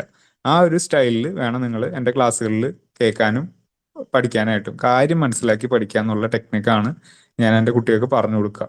ആ ടെക്നിക്കാണ് നിങ്ങളുടെ ഒട്ടനീളം ഇപ്പം ഈ പരീക്ഷയ്ക്കല്ല LGSന് തൊട്ട് LDCക്കും ഡിഗ്രി ലെവലിനും ഏതൊരു എക്സാം ക്രാക്ക് ചെയ്യണമെന്നുണ്ടെങ്കിലും നിങ്ങൾക്ക് അണ്ടർസ്റ്റാൻഡിങ് എന്ന് പറയുന്ന കാര്യം ഇമ്പോർട്ടൻ്റ് ആണ്. നിങ്ങൾക്ക് ഫാക്ട് പഠിക്കാൻ നിങ്ങൾക്ക് പറ്റും. വെറുതെ കാണാപ്പാടം തത്തമ്മ പൂച്ച പൂച്ച എന്ന് പറയുന്ന കാര്യങ്ങൾ മനസ്സിലാക്കി പഠിക്കാൻ പറ്റും. പക്ഷെ ആ ചോദ്യങ്ങൾ ആപ്ലിക്കേഷൻ ലെവലിൽ ചോദിച്ചു കഴിയുമ്പോൾ നിങ്ങൾക്ക് അത് ഉത്തരം കിട്ടുന്നുണ്ടെങ്കിൽ നിങ്ങൾക്ക് അത് ഉത്തരം കിട്ടുന്നുണ്ടെങ്കിൽ നിങ്ങൾ പഠിക്കുന്ന സ്റ്റൈല് മാറ്റേണ്ടതുണ്ട്. ഇതേപോലെ കൺസെപ്റ്റ് ഓറിയന്റഡ് ആയിട്ട് കണ്ടന്റുകൾ എന്താണ് ചോദിക്കുന്നത്, എന്താണ് അതിന്റെ പിറകിലെ കാര്യം എന്നുള്ളത് മനസ്സിലാക്കി പഠന രീതിയിലേക്ക് മാറ്റണം. അപ്പം അങ്ങനെ മാറ്റുന്നവർക്കാണ് ഡിഗ്രി ലെവൽ എക്സാംസ് ക്രാക്ക് ചെയ്യാനായിട്ട് ഏറ്റവും കൂടുതൽ സാധ്യതയുള്ളത്. ഓക്കെ, ഇപ്പോൾ നമ്മൾ പഠിക്കുന്ന കാര്യം കുറെ നാൾ കഴിഞ്ഞിട്ടാണെങ്കിൽ കൂടി നമുക്ക് ഓർത്തിരിക്കാൻ പറ്റും. അങ്ങനെ പഠിച്ചാൽ നിങ്ങൾ ഫാക്ട് പഠിക്കുകയാണെങ്കിൽ നിങ്ങളൊന്ന് ഓർത്ത് നോക്കിയേ, നിങ്ങൾക്ക് പറ്റൂല. നിങ്ങൾക്ക് പറ്റൂല. അപ്പം അങ്ങനെ ഇതാണ് അതിന്റെ പിറകിലെ കാര്യം. പഠിക്കുന്നത് എന്തും കൺസെപ്റ്റ് ഓറിയന്റഡ് ആയിട്ട് പഠിക്കാം. ഓക്കെ, അടുത്ത പോയിന്റ് കിടക്കാം. നമ്മൾ എഫക്റ്റീവ്നെസ് ഓഫ് കോൺസ്റ്റിറ്റ്യൂഷൻ കഴിഞ്ഞു. ഇനി അടുത്ത കാര്യം ഈ ഭാഗത്ത് പറയുന്നത്, നമുക്ക് ഈ ഒരു ചാപ്റ്റർ നമ്മൾ ഇനി ഒരു ക്ലാസ്സും കൊണ്ടാണ് കൂടിയാണ് നമുക്ക് എടുക്കാനുള്ള. ആ ഒരു ക്ലാസ്സും കൂടി കഴിഞ്ഞാൽ നമ്മൾ തീർക്കും കേട്ടോ. കോൺസ്റ്റിറ്റ്യൂഷന്റെ ഫസ്റ്റ് ചാപ്റ്റർ തീരും. അപ്പോൾ നിങ്ങൾ എന്നാലോചിച്ച് നോക്കിയേ, ഈ ഒരു ക്ലാസ് ഈ ഒരു ബേസിക് കോൺസ്റ്റിറ്റ്യൂഷന്റെ ഒരു കാര്യം പറയാൻ മാത്രം നമുക്ക് 3 ക്ലാസ് എടുത്തു. അപ്പൊ ഒന്ന് ആലോചിച്ച് നോക്കുക, നമുക്ക് എത്രമാത്രം സിലബസ്, ഇത്രയും വലിച്ചു വാരി കിടക്കുന്ന സിലബസ് എങ്ങനെ നമ്മൾ കംപ്ലീറ്റ് ചെയ്യുന്നു. അതുകൊണ്ടാണ് ഞാൻ പറയുന്നത്, നിങ്ങൾ കൂടി ഒന്ന് ഉത്സാഹിച്ചു കഴിഞ്ഞാൽ നമുക്ക് പെട്ടെന്ന് സിലബസും കാര്യങ്ങളൊക്കെ തീർക്കാം. പഠിക്കുന്ന കാര്യങ്ങൾ വ്യക്തമായും പക്കയായിട്ട് പഠിച്ചു പോവുക, നിലനിർത്തി പോവുക. വാസ്റ്റ് സിലബസ് ആണ്, അതുകൊണ്ട് അത് പേടിക്കേ വേണ്ട. നമുക്ക് ഇമ്പോർട്ടൻ്റ് ആയിട്ടുള്ള കാര്യങ്ങൾ പറഞ്ഞുതരാം. അപ്പൊ അത് റിവിഷൻ ചെയ്യുന്ന സമയത്ത് ലാസ്റ്റ് മിനിറ്റിലൊക്കെ അത് തന്നെ പഠിക്കണം. ഇപ്പോൾ LDCക്ക് ഞാൻ ചെയ്തൊരു കാര്യം പറഞ്ഞുതരാം. ഇപ്പൊ നിങ്ങൾ ആദ്യം ഞാൻ എന്താ ചെയ്യിച്ചെന്ന് വെച്ച് കഴിഞ്ഞാൽ, ഞാൻ ഫുൾ സിലബസ് അവരുടെ അടുത്ത് പഠിക്കാൻ പറഞ്ഞു. ഫുൾ സിലബസ് നോക്കി അതിനകത്ത് വേണ്ട കാര്യങ്ങളൊക്കെ അവർക്ക് റെഫർ ചെയ്യേണ്ട കാര്യങ്ങളും ഇതൊക്കെ അവർ തന്നെ ചെയ്യാൻ പറഞ്ഞു. അതിനുശേഷം ചെയ്ത കാര്യം എന്ന് വെച്ച് കഴിഞ്ഞാൽ സിലബസ് ഞാൻ ചെറുതാക്കി. അത് റിവിഷൻ ആണ്, അല്ലാതെ അത് മാത്രം പഠിച്ചാൽ മതി എന്ന് പറഞ്ഞിട്ടല്ല കൊടുത്തത്. ഇതിനകത്ത് ഒന്നും പഠിച്ച് എത്താനായിട്ട് പറ്റിയില്ലാത്ത പിള്ളേര് നോക്കേണ്ട സിലബസ് എന്ന് പറഞ്ഞിട്ട് കട്ട് ഷോർട്ട് ആക്കിയിട്ട് സിലബസ് കൊടുത്ത്, അതിനകത്ത് ഏറ്റവും ആവശ്യമില്ലാത്ത കുറേ കാര്യങ്ങൾ സാധനങ്ങൾ കട്ട് ചെയ്ത് കളഞ്ഞ് ആ ക്വസ്റ്റ്യൻസിന്റെ പാറ്റേണും ഇതൊക്കെ നോക്കിക്കഴിഞ്ഞാൽ നിങ്ങൾക്ക് മനസ്സിലാവും. LDC ബാച്ചിലുള്ള പിള്ളേർക്ക് അറിയാം അതിൽ നിന്നല്ലാതെ ക്വസ്റ്റ്യൻ ഇല്ല. അപ്പൊ അത് അവരുടെ അടുത്ത് നോക്കാൻ. പക്ഷെ അതിന്റെ പുറമേ നിന്ന് ചോദിച്ചു കഴിഞ്ഞാൽ എന്താ ശരിക്കും ചോദിച്ചു കഴിഞ്ഞാൽ എന്താ സംഭവം? ഇപ്പൊ ഇതിനകത്ത് കമന്റ് വന്നിരിക്കുന്നത്, പക്ഷെ അതാണ് ശരിക്കും സിലബസ് എന്ന് എനിക്ക് തോന്നി. അത് തന്നെയാണ് ശരിക്കും സിലബസ്. ആവശ്യമില്ലാത്തൊക്കെ ഞാൻ വെട്ടിക്കളഞ്ഞ്. ഇപ്പോ ലാസ്റ്റ് മിനിറ്റിൽ ഒക്കെ എൻ്റെ അടുത്ത് പഠിക്കാൻ വരുന്നവരടുത്ത് ഞാൻ ആദ്യം ചോദിക്കുക സിലബസ് ചോദിക്കും. എന്നിട്ട് ഞാൻ പേന എടുത്തിട്ട് ഇടപെട്ടേ എന്ന് പറഞ്ഞിട്ട് കുറെ കാര്യങ്ങൾ വെട്ടിക്കളയും. എന്താ വെട്ടണം എന്നുള്ളത്, ഇത് മറ്റേ സ്ക്രിപ്റ്റ് റൈറ്റർ സ്ക്രിപ്റ്റ് എഴുതിയിട്ട് ഇത് വെട്ടിക്കളയാനല്ലേ, അതേ രീതിയിൽ ഞാൻ ഷോർട്ട് വെട്ടുന്ന രീതിയിൽ അങ്ങോട്ട് വെട്ടിക്കളയും. ഏറ്റവും അവസാനം നോക്കി കഴിയുമ്പോൾ അത് കുറച്ച് മാത്രമേ ഉണ്ടാവുള്ളൂ. അങ്ങനെ ആണ് ലാസ്റ്റ് മിനിറ്റിലൊക്കെ വരുന്ന പിള്ളേർക്ക് കൊടുക്കുക. അത് ഇപ്പോഴൊന്നും ചെയ്യുന്നില്ല, നേരൊക്കെ ഉള്ള സമയത്തൊക്കെ ചെയ്യുന്ന കാര്യമാണ്. ഓക്കെ, അപ്പൊ അങ്ങനെ അത് കഴിഞ്ഞിട്ട് ആ കട്ട് ഷോർട്ട് സിലബസും കഴിഞ്ഞിട്ട് പിന്നെ ഒന്നും പഠിക്കാത്തവർക്ക് വേണ്ടിയിട്ട് ഞാൻ വീണ്ടും അടുത്ത കാര്യം ഇറക്കി, പ്രഡിക്ഷൻ. പ്രഡിക്ഷൻ ടോപ്പിക് ഇറക്കുക എന്ന് പറഞ്ഞു കഴിഞ്ഞാൽ അത് ഒന്നും പഠിക്കാത്ത പിള്ളേർക്ക് വേണ്ടിയിട്ടുള്ളതാ. അല്ലാതെ അതിൽ നിന്ന് മാത്രം ചോദ്യം വരും എന്നുള്ളത് യാതൊരു കാര്യമില്ല. പ്രഡിക്ഷൻ എന്ന് പറഞ്ഞാൽ ഞാൻ ആകെ 100 ടോപ്പിക് സെലക്ട് ചെയ്ത് ആ 100 ടോപ്പിക് മര്യാദയ്ക്ക് പഠിച്ചിട്ട് പോകാൻ പറഞ്ഞു. അത് രസമായിട്ടുള്ള കാര്യം എന്താണെന്ന് വെച്ച് കഴിഞ്ഞാൽ, 70 ചോദ്യം ചോദിച്ചാൽ മാത്സ് ഇംഗ്ലീഷ് മലയാളം കൂട്ടാതെ 70 ചോദ്യം ചോദിച്ചാൽ LDC തിരുവനന്തപുരത്തിൽ ഞാൻ എണ്ണിയപ്പോൾ എനിക്ക് 41 മാർക്ക് ആദ്യം തന്നെ ചോദിച്ചേക്കുന്നത് പ്രഡിക്ഷനിൽ നിന്ന്. ഇതാണ് അതിന്റെ പിറകിലെ കാര്യം. നമ്മൾക്ക് എക്സ്പീരിയൻസ് ഉണ്ടെന്നുണ്ടെങ്കിൽ നമ്മൾ സെലക്ട് ചെയ്യുന്ന മേഖലയിൽ നിന്ന് ചോദ്യം വരുള്ളൂ. അപ്പൊ ഇത് ആ ഒരു ടെക്നിക്കും കൂടി നിങ്ങൾ പഠിച്ചു പോയി കഴിഞ്ഞാൽ നിങ്ങൾക്ക് വളരെ എളുപ്പത്തിൽ പരീക്ഷയ്ക്ക് സ്കോർ ചെയ്യാൻ പറ്റും. ഒരുപാട് ക്ലാസ്സുകൾ കേൾക്കണ്ട, ഒരുപാട് മെറ്റീരിയൽസ് റെഫർ ചെയ്യണ്ട, ഒരുപാട് കാര്യങ്ങളൊന്നും ചെയ്യാനായിട്ട് നിൽക്കണ്ട. അപ്പൊ അങ്ങനെ ഉള്ള ഒരു സ്ട്രക്ചർഡ് ആയിട്ടുള്ള രീതിയിൽ നിങ്ങൾക്ക് പഠിക്കാൻ പറ്റും. അപ്പൊ ഈ പറയുന്ന ഞാൻ എന്ത് വെട്ടുന്നു എന്നുള്ളത് എൻ്റെ തോട്ട് പ്രോസസ്സ് നിങ്ങളിലേക്ക് വരണം. അതാണ് ഈ ക്ലാസ്സുകൾ കേൾക്കാൻ പറയുന്നതും. നിങ്ങൾ എന്തുകൊണ്ട് ഞാനിപ്പോ പറയുന്നതിൽ ഓരോ കാര്യങ്ങൾ ഞാൻ പറയുമ്പോൾ അവിടെ ഇമ്പോർട്ടൻ്റ് ആണ്, അവിടെ ഇമ്പോർട്ടൻ്റ് ആണ്, ഇവിടെ ഇമ്പോർട്ടൻ്റ് ആണ് എന്നൊക്കെ പറഞ്ഞു തരുന്നത്, അതെങ്ങനെ പിക്ക് ചെയ്തു ഞാൻ എന്നുള്ളത് കൂടി നിങ്ങളൊന്ന് ആലോചിക്കണം. ഓക്കെ, അങ്ങനെ നിങ്ങൾ പഠിച്ച് പോയി കഴിഞ്ഞാൽ ഒരു 6-7 മാസം നിങ്ങൾ എൻ്റെ കൂടെ ഉണ്ടെങ്കിൽ നിങ്ങൾ എൻ്റെ തോട്ട് പ്രോസസ്സിലേക്ക് എത്തും. വളരെ എളുപ്പത്തിൽ നിങ്ങൾക്ക് എക്സാം ക്രാക്ക് ചെയ്ത് പോകാൻ പറ്റും. ഇതാണ് നടക്കേണ്ട കാര്യം. ഓക്കെ, കാര്യം കിട്ടിയോ?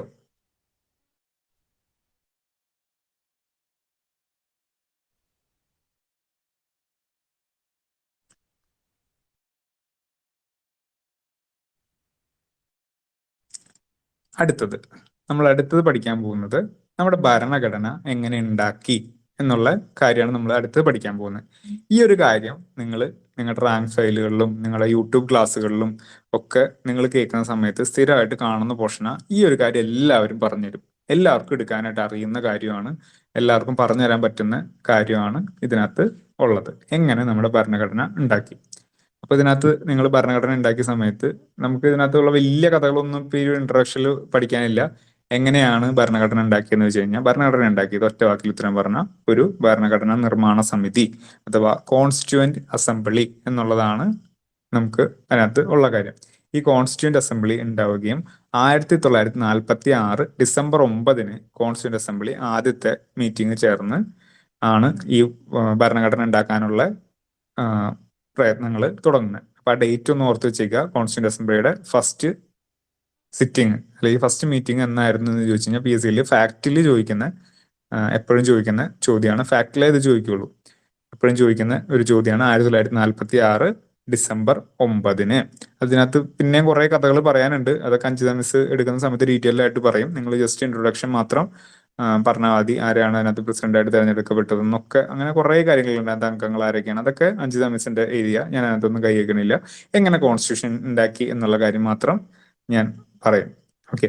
അപ്പൊ 46 ഡിസംബർ 9 ആദ്യത്തെ സിറ്റിംഗ് നടന്നിട്ട്, പിന്നെ അത് ആ 46 എന്ന് പറഞ്ഞാൽ ഇന്ത്യയുടെ പാർട്ടീഷൻ നടന്നിട്ടില്ല. പാർട്ടീഷൻ നടന്നതിന് ശേഷം 1947 ഓഗസ്റ്റ് 14 ലെജിസ്ലേറ്റീവ് ബോഡി എന്നുള്ള അഥവാ നിയമനിർമ്മാണ സഭ എന്നുള്ള രീതിയിൽ ഇന്ത്യ വിഭജനത്തെ തുടർന്ന് വീണ്ടും സമ്മേളിച്ചു. അതെന്നാണ് 1947 ഓഗസ്റ്റ് 14. ഓക്കെ. 1947 ഓഗസ്റ്റ് 14 നിയമസഭ വീണ്ടും സമ്മേളിച്ചു. ഓക്കെ. ഇനി ഇതിനകത്ത് ഈ കോൺസ്റ്റിറ്റ്യൂന്റ് അസംബ്ലിയിൽ ഉണ്ടായിരുന്ന മെമ്പേഴ്സിനെ എങ്ങനെയാണ് സെലക്ട് ചെയ്യപ്പെട്ടത് എന്ന് ചോദിച്ചു കഴിഞ്ഞാൽ, ഇവർ ഈ പറഞ്ഞ ആക്ടുകളും കാര്യങ്ങളെല്ലാം കൊണ്ടുപോകുന്നതിനേക്കാൾ മുമ്പ് നമുക്ക് ഇന്ത്യയിൽ ഏറ്റവും പ്രധാനമായിട്ട് ഒരു ആക്ട് വന്നിട്ടുണ്ടായി. ആ ആക്ടിന്റെ പേരാണ് government of India act 1935. Government of India act 1935 1935 government of India act പ്രകാരം നമ്മുടെ പ്രൊവിൻഷ്യൽ ലെജിസ്ലേറ്റീവ് അസംബ്ലിയിലെ മെമ്പേഴ്സിനെ വെച്ചിട്ട് ഇലക്ഷൻ നടത്തിയിട്ടാണ്. പ്രൊവിൻഷ്യൽ ലെജിസ്ലേറ്റീവ് അസംബ്ലി എന്നൊക്കെ പറഞ്ഞിട്ട് ഒരു സഭയൊക്കെ ഉണ്ടായിരുന്നു. അപ്പൊ അതിനകത്തുള്ള മെമ്പേഴ്സിനെ ഒക്കെ കൂട്ടിയിട്ടൊക്കെയാണ് ഈ ഒരു മെമ്പേഴ്സിനെ സെലക്ട് ചെയ്യാനുള്ള ഇലക്ഷൻസും കാര്യങ്ങളെല്ലാം തെരഞ്ഞെടുക്കപ്പെടുകയൊക്കെ ചെയ്തത്. അപ്പോൾ ഈ ഒരു മെമ്പേഴ്സും തെരഞ്ഞെടുക്കപ്പെട്ടും ഈ കോൺസ്റ്റിറ്റ്യൂന്റ് അസംബ്ലി ഫോം ചെയ്തതും ഏത് പ്ലാൻ പ്രകാരമാണ് എന്ന് ചോദിച്ചു കഴിഞ്ഞാൽ ക്യാബിനറ്റ് മിഷൻ പ്ലാൻ എന്നുള്ളതാണ് അതിന്റെ അർത്ഥം. അതിന്റെ cabinet mission plan. Provincial legislative assembly എന്ത് നിയമപ്രകാരമാണ് ഉണ്ടായെന്ന് ചോദിച്ചു കഴിഞ്ഞാലാണ് ഗവൺമെന്റ് ഓഫ് ഇന്ത്യ ആക്ട്. ഈ പറയുന്ന കോൺസ്റ്റിറ്റ്യൂന്റ് അസംബ്ലി നിർമ്മിതമായത് ക്യാബിനറ്റ് മിഷൻ പ്ലാൻ, അതിനകത്ത് അവർ പറഞ്ഞിരിക്കുന്ന നിർദ്ദേശങ്ങൾ പ്രകാരമൊക്കെയാണ് ഉണ്ടായിരിക്കുന്നത്. ഈ ക്യാബിനറ്റ് മിഷൻ പ്ലാന്റെ നമുക്ക് ഒരു 4 കാര്യങ്ങളാണ് ഇവരുടെ നിർദ്ദേശം ആ ഒരു അസംബ്ലി ഫോം ചെയ്യാനായിട്ട് മെമ്പേഴ്സിന് സെലക്ട് ചെയ്യപ്പെട്ടപ്പോൾ ഉണ്ടായിരുന്നത് പഠിക്കാനുള്ളത്. അതിനകത്ത് ഒന്നാമത്തെ പോയിന്റ് എന്ന് പറഞ്ഞു കഴിഞ്ഞാൽ, നമ്മുടെ ആ സമയത്ത് നമുക്ക് 2 കാര്യങ്ങളാണ് നമുക്ക് പഠിക്കാനുള്ളത്. ഒന്ന് പ്രൊവിൻസും ഒന്ന് സ്റ്റേറ്റും. ഇപ്പൊ പ്രൊവിൻസ് എന്ന് പറഞ്ഞാൽ എന്താ, മലയാളത്തിൽ പ്രവിശ്യ എന്ന് പറയും. പ്രവിശ്യ, പ്രൊവിൻസ്, പിന്നെ പ്രിൻസ്ലി സ്റ്റേറ്റ് അഥവാ നാട്ടുരാജ്യം. പ്രവിശ്യകൾ എന്ന് പറഞ്ഞു കഴിഞ്ഞാൽ ബ്രിട്ടീഷുകാർ ഭരിക്കുന്ന ഏരിയാസ് അല്ലെങ്കിൽ അവർക്കുടെ ഒരു സെറ്റിൽമെന്റിനാണ് ഈ പ്രവിശ്യകൾ എന്ന് പറയാം. പ്രൊവിൻസ്. നാട്ടുരാജ്യങ്ങളാണെങ്കിൽ ഈ ബ്രിട്ടീഷുകാർക്ക് ഇതിനകത്ത് ജീവിക്കുന്ന നാട്ടുരാജാക്കന്മാര് എന്നുള്ള. അപ്പോൾ ഈ നാട്ടുരാജാക്കന്മാരിലും പ്രിൻസ്ലി സ്റ്റേറ്റ്സിലും പ്രൊവിൻസസിലും ഇവര് ഇതിനകത്തുള്ള അംഗങ്ങളെ തിരഞ്ഞെടുക്കപ്പെട്ടത് ഒരു റേഷ്യോ നമുക്ക് ഓർക്കാനുണ്ട്. ജനസംഖ്യയുടെ അടിസ്ഥാനത്തിലാണ് ഇവിടെ ഇലക്ഷൻ നമുക്ക് നടത്തിയത്. ജനസംഖ്യയുടെ അടിസ്ഥാനത്തിൽ അത് 1:10 lakh, 1:10 ലക്ഷം. 10 ലക്ഷം ജനങ്ങൾക്ക് ഒരാള് എന്നുള്ള കണക്കിലാണ് അതിനകത്തുള്ള തെരഞ്ഞെടുപ്പ് നമുക്ക് നടപ്പിലാക്കിയത്. 1:10 lakh 1:10 lakh എന്നുള്ള അനുപാതത്തിലാണ് സീറ്റ് കൊടുത്തത്. അപ്രകാരം പ്രൊവിൻസിൽ അല്ലെങ്കിൽ പ്രവിശ്യയിൽ നിന്ന് 292 പേരും നാട്ടുരാജ്യങ്ങളിൽ നിന്ന് 93 പേരുമാണ് കോൺസ്റ്റിറ്റ്യൂന്റ് അസംബ്ലിയിൽ ഉണ്ടായത്. അപ്പൊ ഈ പറയുന്ന കാര്യങ്ങൾ ക്യാബിനറ്റ് മിഷൻ പ്ലാന്റെ നിർദ്ദേശങ്ങളാണ് പറഞ്ഞത്. ഇവർക്ക് കോൺസ്റ്റിറ്റ്യൂന്റ് അസംബ്ലി ഉണ്ടാക്കണം. കോൺസ്റ്റിറ്റ്യൂന്റ് അസംബ്ലി ഉണ്ടാക്കണം എന്നുണ്ടെങ്കിൽ ക്യാബിനറ്റ് മിഷൻ പറഞ്ഞു അങ്ങനെയാണെന്നുണ്ടെങ്കിൽ നമുക്ക് ഇലക്ഷൻ നടത്താം. ഇലക്ഷൻ നടത്തിയിട്ട് ഈ പറയുന്ന 3-4 കാര്യങ്ങൾ പ്രകാരം നമുക്ക് അവിടുത്തെ അസംബ്ലിയിലെ മെമ്പേഴ്സിനെ തിരഞ്ഞെടുക്കാം എന്ന് പറഞ്ഞു. അപ്പൊ 292 പേര് പ്രൊവിൻസിൽ നിന്നും പ്രിൻസ്ലി സ്റ്റേറ്റ്സിൽ നിന്ന് 93 പേരും ആണ് അതിനകത്ത് ഉണ്ടായിരുന്നത്. അതായത് 1:10 lakh എന്നുള്ള അനുപാതത്തിലാണ് ആ ഇലക്ഷൻ, അതിനകത്ത് സീറ്റിന്റെ കാര്യങ്ങൾ അവിടെ തീരുമാനിച്ചത്. ഓക്കെ, അപ്പൊ 292 93 എന്നുള്ള കണക്ക് അവിടെ ഓർക്കുക. അതേപോലെ തന്നെ ഇവിടെ ഈ ഓരോ പ്രവിശ്യയിലും സീറ്റുകൾ ജനസംഖ്യയുടെ അനുപാതത്തിൽ മുസ്ലിമിന്, സിഖിന് ഇത്ര, ജനറൽ കാറ്റഗറി, ഇങ്ങനെ 3 കാറ്റഗറി ആയിട്ട് വിഭജിച്ചിട്ടാണ് സീറ്റുകൾ കൊടുത്തത്. ജനസംഖ്യയിൽ 1:10 lakh എന്നുള്ള ഇത് കണക്ക് നമ്മൾ പറഞ്ഞു. ഈ 1:10 lakh എന്നുള്ള ഈ കണക്കിൽ തന്നെ സീറ്റുകൾ കൊടുത്തത് ഹിന്ദു, എങ്ങനെയാണ്, ഹിന്ദു അല്ല, മുസ്ലിം, സിഖും ജനറൽ, അങ്ങനെയാണ്. മുസ്ലിം, സിഖ്, ജനറൽ. മുസ്ലിങ്ങൾക്ക് പ്രത്യേക പ്രാതിനിധ്യം കൊടുത്തു, സിഖുകാർക്ക് പ്രത്യേക പ്രാതിനിധ്യം കൊടുത്തു, ജനറൽ വിഭാഗം അതിന് മിക്കവാറും ഹിന്ദുക്കളായിരിക്കും. അപ്പൊ ജനറൽ വിഭാഗത്തിനും പ്രത്യേക പരിഗണന കൊടുത്തിട്ടാണ് ഇങ്ങനെ വിഭജിച്ചിട്ടാണ് പ്രവിശ്യയിലുള്ള സീറ്റുകൾ വിഭജിച്ചത്. ഓക്കെ, പിന്നെ അതേപോലെ തന്നെ ഇത് സീറ്റുകളൊക്കെ കൊടുത്തു. അവിടെ നടന്ന ഇലക്ഷൻ എന്ന് പറഞ്ഞിട്ടുണ്ടെങ്കിൽ proportional representation by means of single transfer vote. Proportional representation by means of single transferable vote. എന്താണ് അതിന്റെ മലയാളം? കൈമാറ്റം ചെയ്യാൻ പറ്റുന്ന ഏക കൈമാറ്റ, അനുപാതിക കൈമാറ്റം ചെയ്യാൻ പറ്റുന്ന വോട്ട്, ഏക കൈമാറ്റ സമ്പ്രദായം എന്നുള്ള സിംഗിൾ ട്രാൻസ്ഫറബിൾ വോട്ട്. ഓക്കെ, അത് എന്താണ് കാര്യം എന്നുള്ളതൊക്കെ ഡീറ്റെയിൽ ആയിട്ട് നമ്മൾ പഠിക്കും. രാഷ്ട്രപതിയുടെ ഇതിൻ്റെയൊക്കെ ഇലക്ഷൻ വരുന്ന സമയത്ത് ഡീറ്റെയിൽ ആയിട്ട് ആ കാര്യം എങ്ങനെയാണ് ആ പ്രോസസ്സ് എന്നൊക്കെ ഉള്ളത് പറഞ്ഞുതരാം. നമുക്ക് ഇപ്പം ഈ ചാപ്റ്റർ എടുക്കുന്ന സമയത്ത് അത് പഠിക്കേണ്ട കാര്യമില്ല. അതിൻ്റെ ആ ഒരു ടെക്നിക്ക് മാത്രം നിങ്ങൾ അറിഞ്ഞിരുന്നാൽ മതി. അതാണ് proportional representation by means of single transferable vote system. ആ സിസ്റ്റത്തിന്റെ പേര് മാത്രം ഓർത്തിരിക്കുക. ഓക്കെ, അങ്ങനെയാണ് പ്രൊവിൻസസിലേക്കുള്ള ഇലക്ഷൻ നടന്നത്. പ്രിൻസിലി സ്റ്റേറ്റ്സിലേക്കുള്ള ഇലക്ഷൻ നടന്നില്ല. അത് ആൾക്കാർ, ഞാനും എൻ്റെ ഒരു ട്രസ്റ്റ് ഉണ്ട്, ആ 3 പേരും കൂടി ചേർന്നിട്ട് ആലോചിച്ച് ഞങ്ങള് അപ്പൻ തമ്പുരാനെ വിട്ടിട്ട് ഉള്ളതെന്ന് പറഞ്ഞിട്ട് അങ്ങനെ നോമിനേഷൻ അഥവാ കൺസൾട്ടേഷൻ പ്രകാരമുള്ള നോമിനേഷൻ പ്രകാരമായിരുന്നു നാട്ടുരാജാക്കന്മാർ അതിനകത്തുള്ള പ്രതിനിധികളെ വിട്ടത്. ഓക്കെ, കൺസൾട്ടേഷൻ പ്രകാരമുള്ള പ്രതിനിധികൾ നാട്ടുരാജ്യങ്ങളിൽ നിന്ന്. ഓക്കെ, അപ്പോൾ പ്രൊവിൻസസിൽ ഇലക്ഷൻ നടന്നു. അത് ജനങ്ങൾക്ക് പ്രാതിനിധ്യത്തിന്, അത് അവരുടെ മതവിഭാഗ പ്രകാരമുള്ള രീതിയിൽ ഡിവൈഡ് ചെയ്തിട്ടാണ് അവർക്ക് കൊടുത്തത്. രണ്ടാമത് ഈ പറയുന്ന നാട്ടുരാജ്യങ്ങളിലുള്ള ആളുകൾക്ക് കൊടുത്തത് എങ്ങനെയായിരുന്നു? കൺസൾട്ടേഷൻ വഴി. ഇങ്ങനെയാണ് അവിടെ ഇലക്ഷൻ നടന്നത്. അത് കിട്ടിയോ? കാര്യം മനസ്സിലായോ?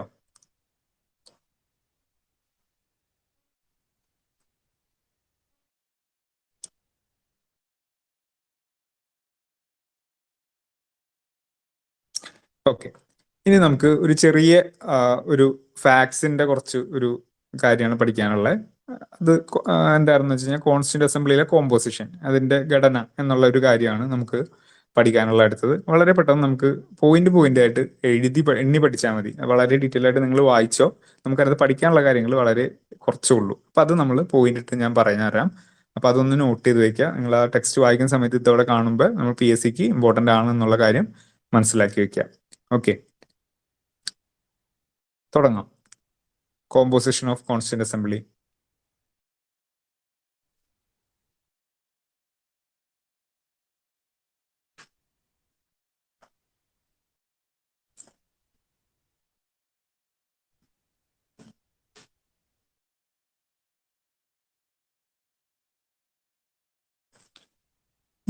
ഓക്കെ,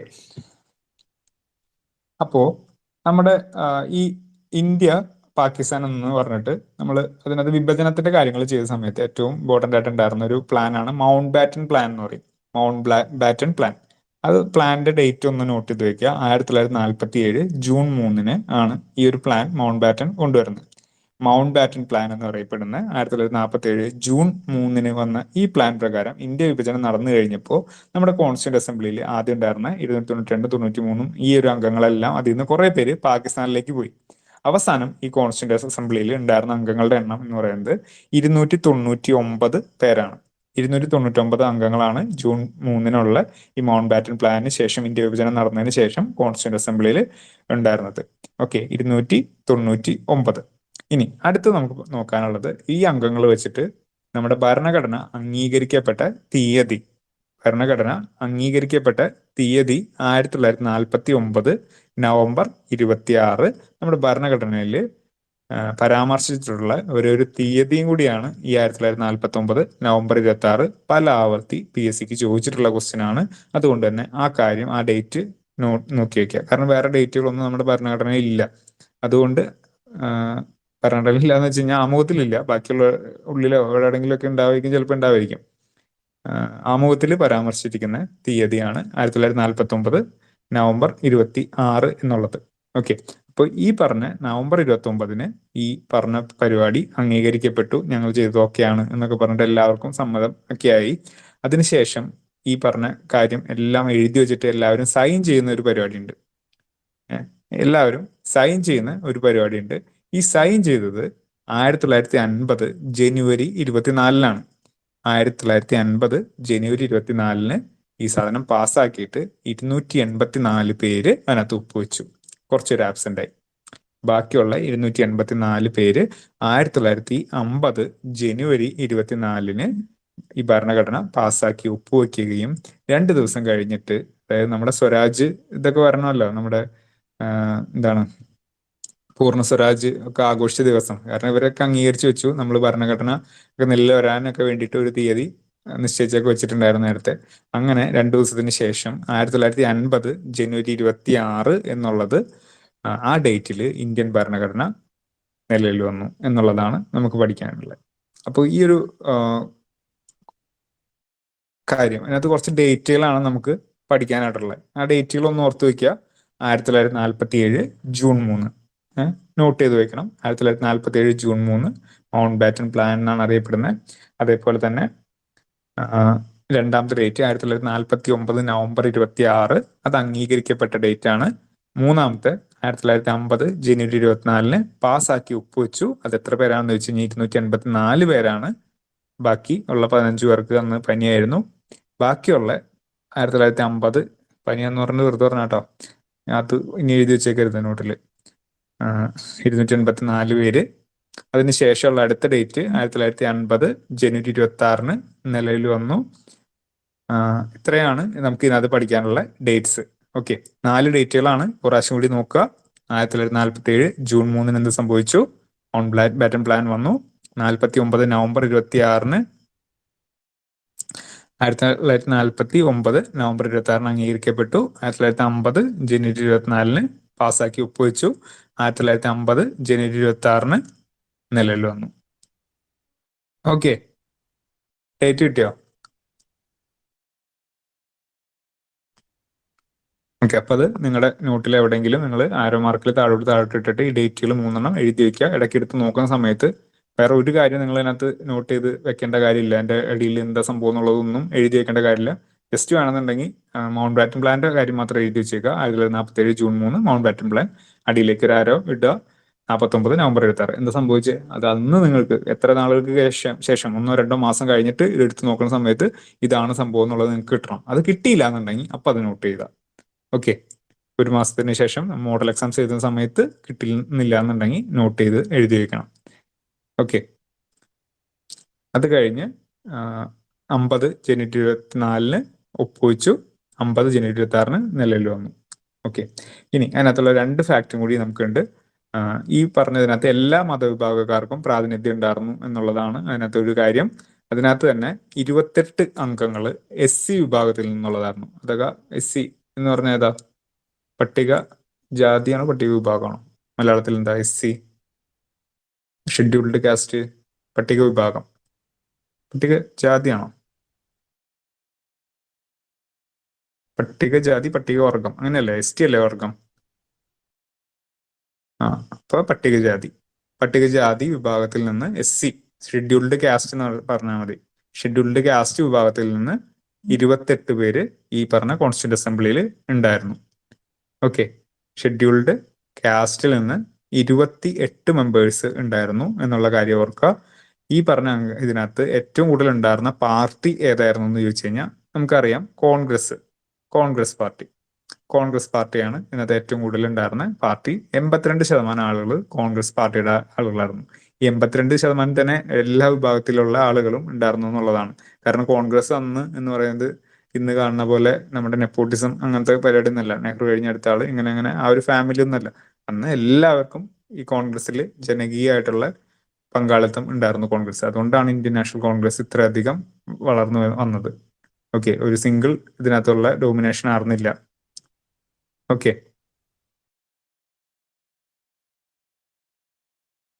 ഇത്രയാണ് നമുക്ക് ഇതിനകത്ത് ഇന്ന് നോക്കാനുള്ളത്. Composition of constituent assembly. നിങ്ങൾ ഒന്ന് ജസ്റ്റ് മലയാളത്തിന്റെ നോട്ട് ഫസ്റ്റ് ഡേയിൽ ഞാൻ ഇട്ടിട്ടുണ്ട്. അതൊന്ന് എടുത്ത് നിങ്ങളുടെ ടെക്സ്റ്റ് ബുക്ക് ഒന്ന് ജസ്റ്റ് വായിച്ചു നോക്കുക. ഇംഗ്ലീഷ് വായിക്കാൻ ബുദ്ധിമുട്ടുള്ളവർ മലയാളം വായിച്ചാൽ മതി.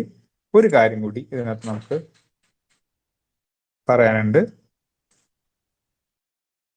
ഓക്കെ, ഈ പറയാനുള്ളത് നമ്മുടെ അംബേദ്കറിന്റെ കുറച്ച് വേർഡ്സ് ആണ്. അംബേദ്കർ പറഞ്ഞിട്ടുള്ള ഒരു കാര്യമാണ് നമുക്ക് ഇതിനകത്ത് ബോക്സിൽ കൊടുത്തിരിക്കുന്നത്. അപ്പൊ ഇതിൽ നിന്ന് നിങ്ങൾക്ക് ക്വസ്റ്റ്യൻ വരിക എന്ന് പറഞ്ഞു കഴിഞ്ഞാൽ ഈ പറഞ്ഞിരിക്കുന്ന ഈ ഒരു വലിയ സെന്റൻസ് ആണ്. അപ്പൊ നമ്മൾ ഇതിനകത്ത് പിക്ക് ചെയ്യേണ്ടതെന്ന് പറഞ്ഞാൽ ഇത് മൊത്തം നമ്മൾ വായിക്കണം, കാണാപ്പാഠം പഠിക്കാനായിട്ട് നോക്കരുത്. ഇതിനകത്തുള്ള ആശയം എന്താണ് എന്നുള്ളത് നമ്മൾ ഐഡന്റിഫൈ ചെയ്തിട്ട് ഇത് ഇങ്ങനെ തന്നെ ആയിരിക്കില്ല നിങ്ങൾക്കുള്ള ക്വസ്റ്റ്യൻ പേപ്പറിൽ വരാം. നിങ്ങൾക്ക് ക്വസ്റ്റ്യൻ പേപ്പറിൽ വരുന്നത് എന്ന് പറഞ്ഞിട്ടുണ്ടെങ്കിൽ ഇതിനകത്തുള്ള ഏതെങ്കിലും ഇടയിൽ നിന്നുള്ള ഒരു സെന്റൻസോ കാര്യങ്ങളോ ഒക്കെ എടുത്തിട്ട് ആയിരിക്കും ചോദ്യം വരിക. അപ്പൊ ഇതിനകത്ത് നോക്കിയേ, ഇതിനകത്ത് ഞാൻ പറഞ്ഞുതരാം ഇമ്പോർട്ടൻ്റ് ആയിട്ട് എവിടെയൊക്കെയാണ് നമ്മൾ മാർക്ക് ചെയ്യേണ്ടതെന്നുള്ളത്. ഞാൻ അതിന്റെ ഫോട്ടോ ഇടാം.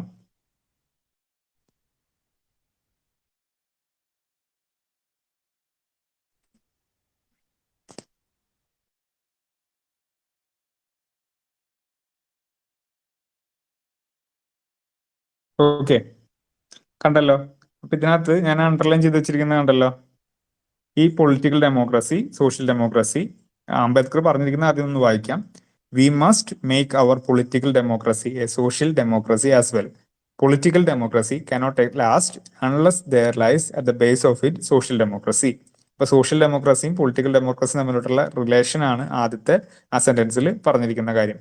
What does social democracy mean? Social democracy എന്ന് പറഞ്ഞാൽ എന്താണ്?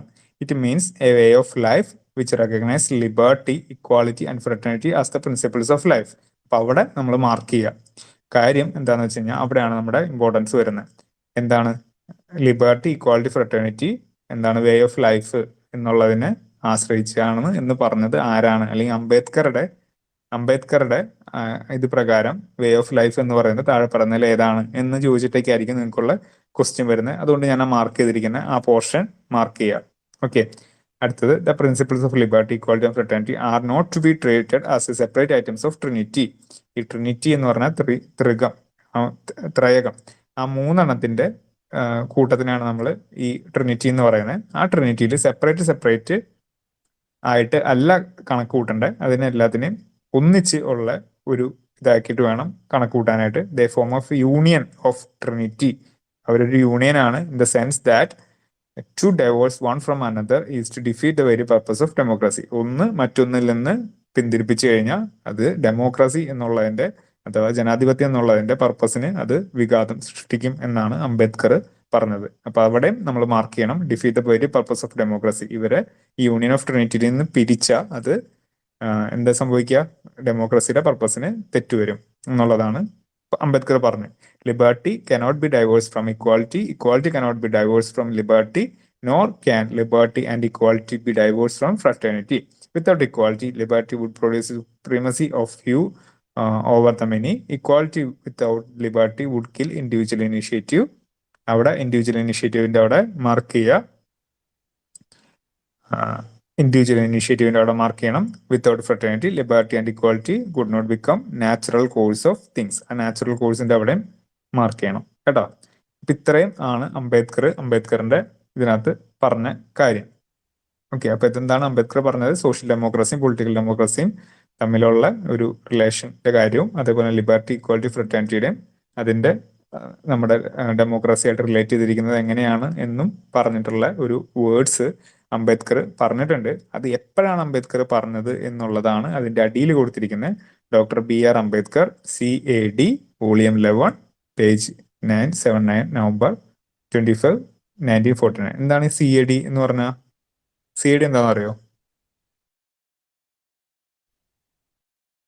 CAD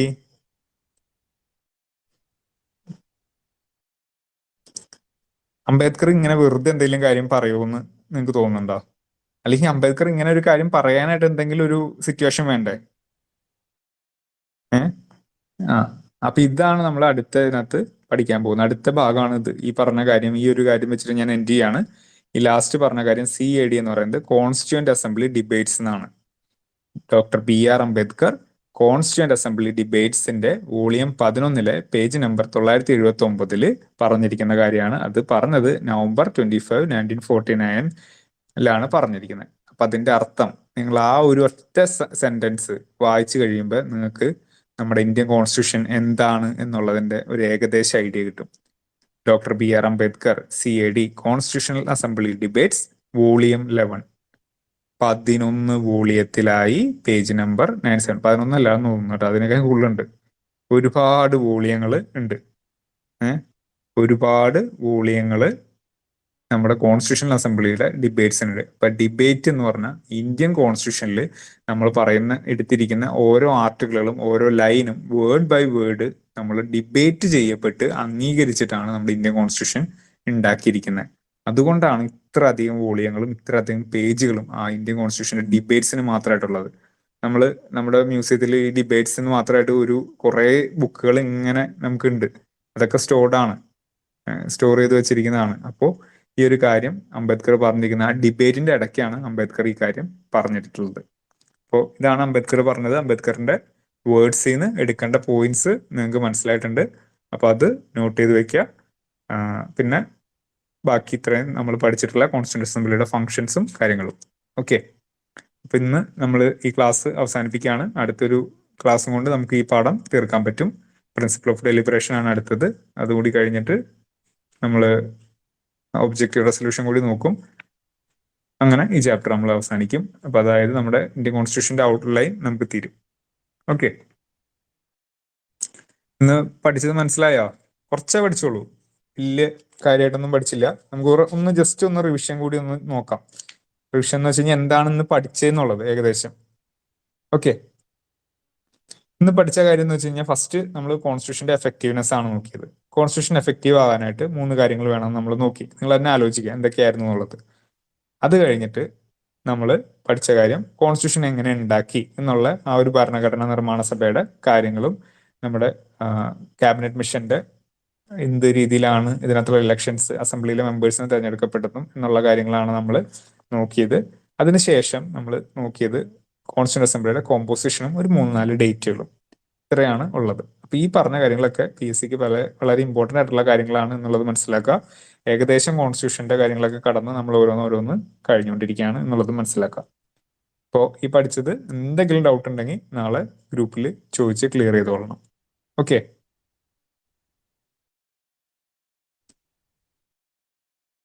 അപ്പോൾ നമുക്കിന്ന് ക്ലാസ് അവസാനിപ്പിക്കാം. Thank you.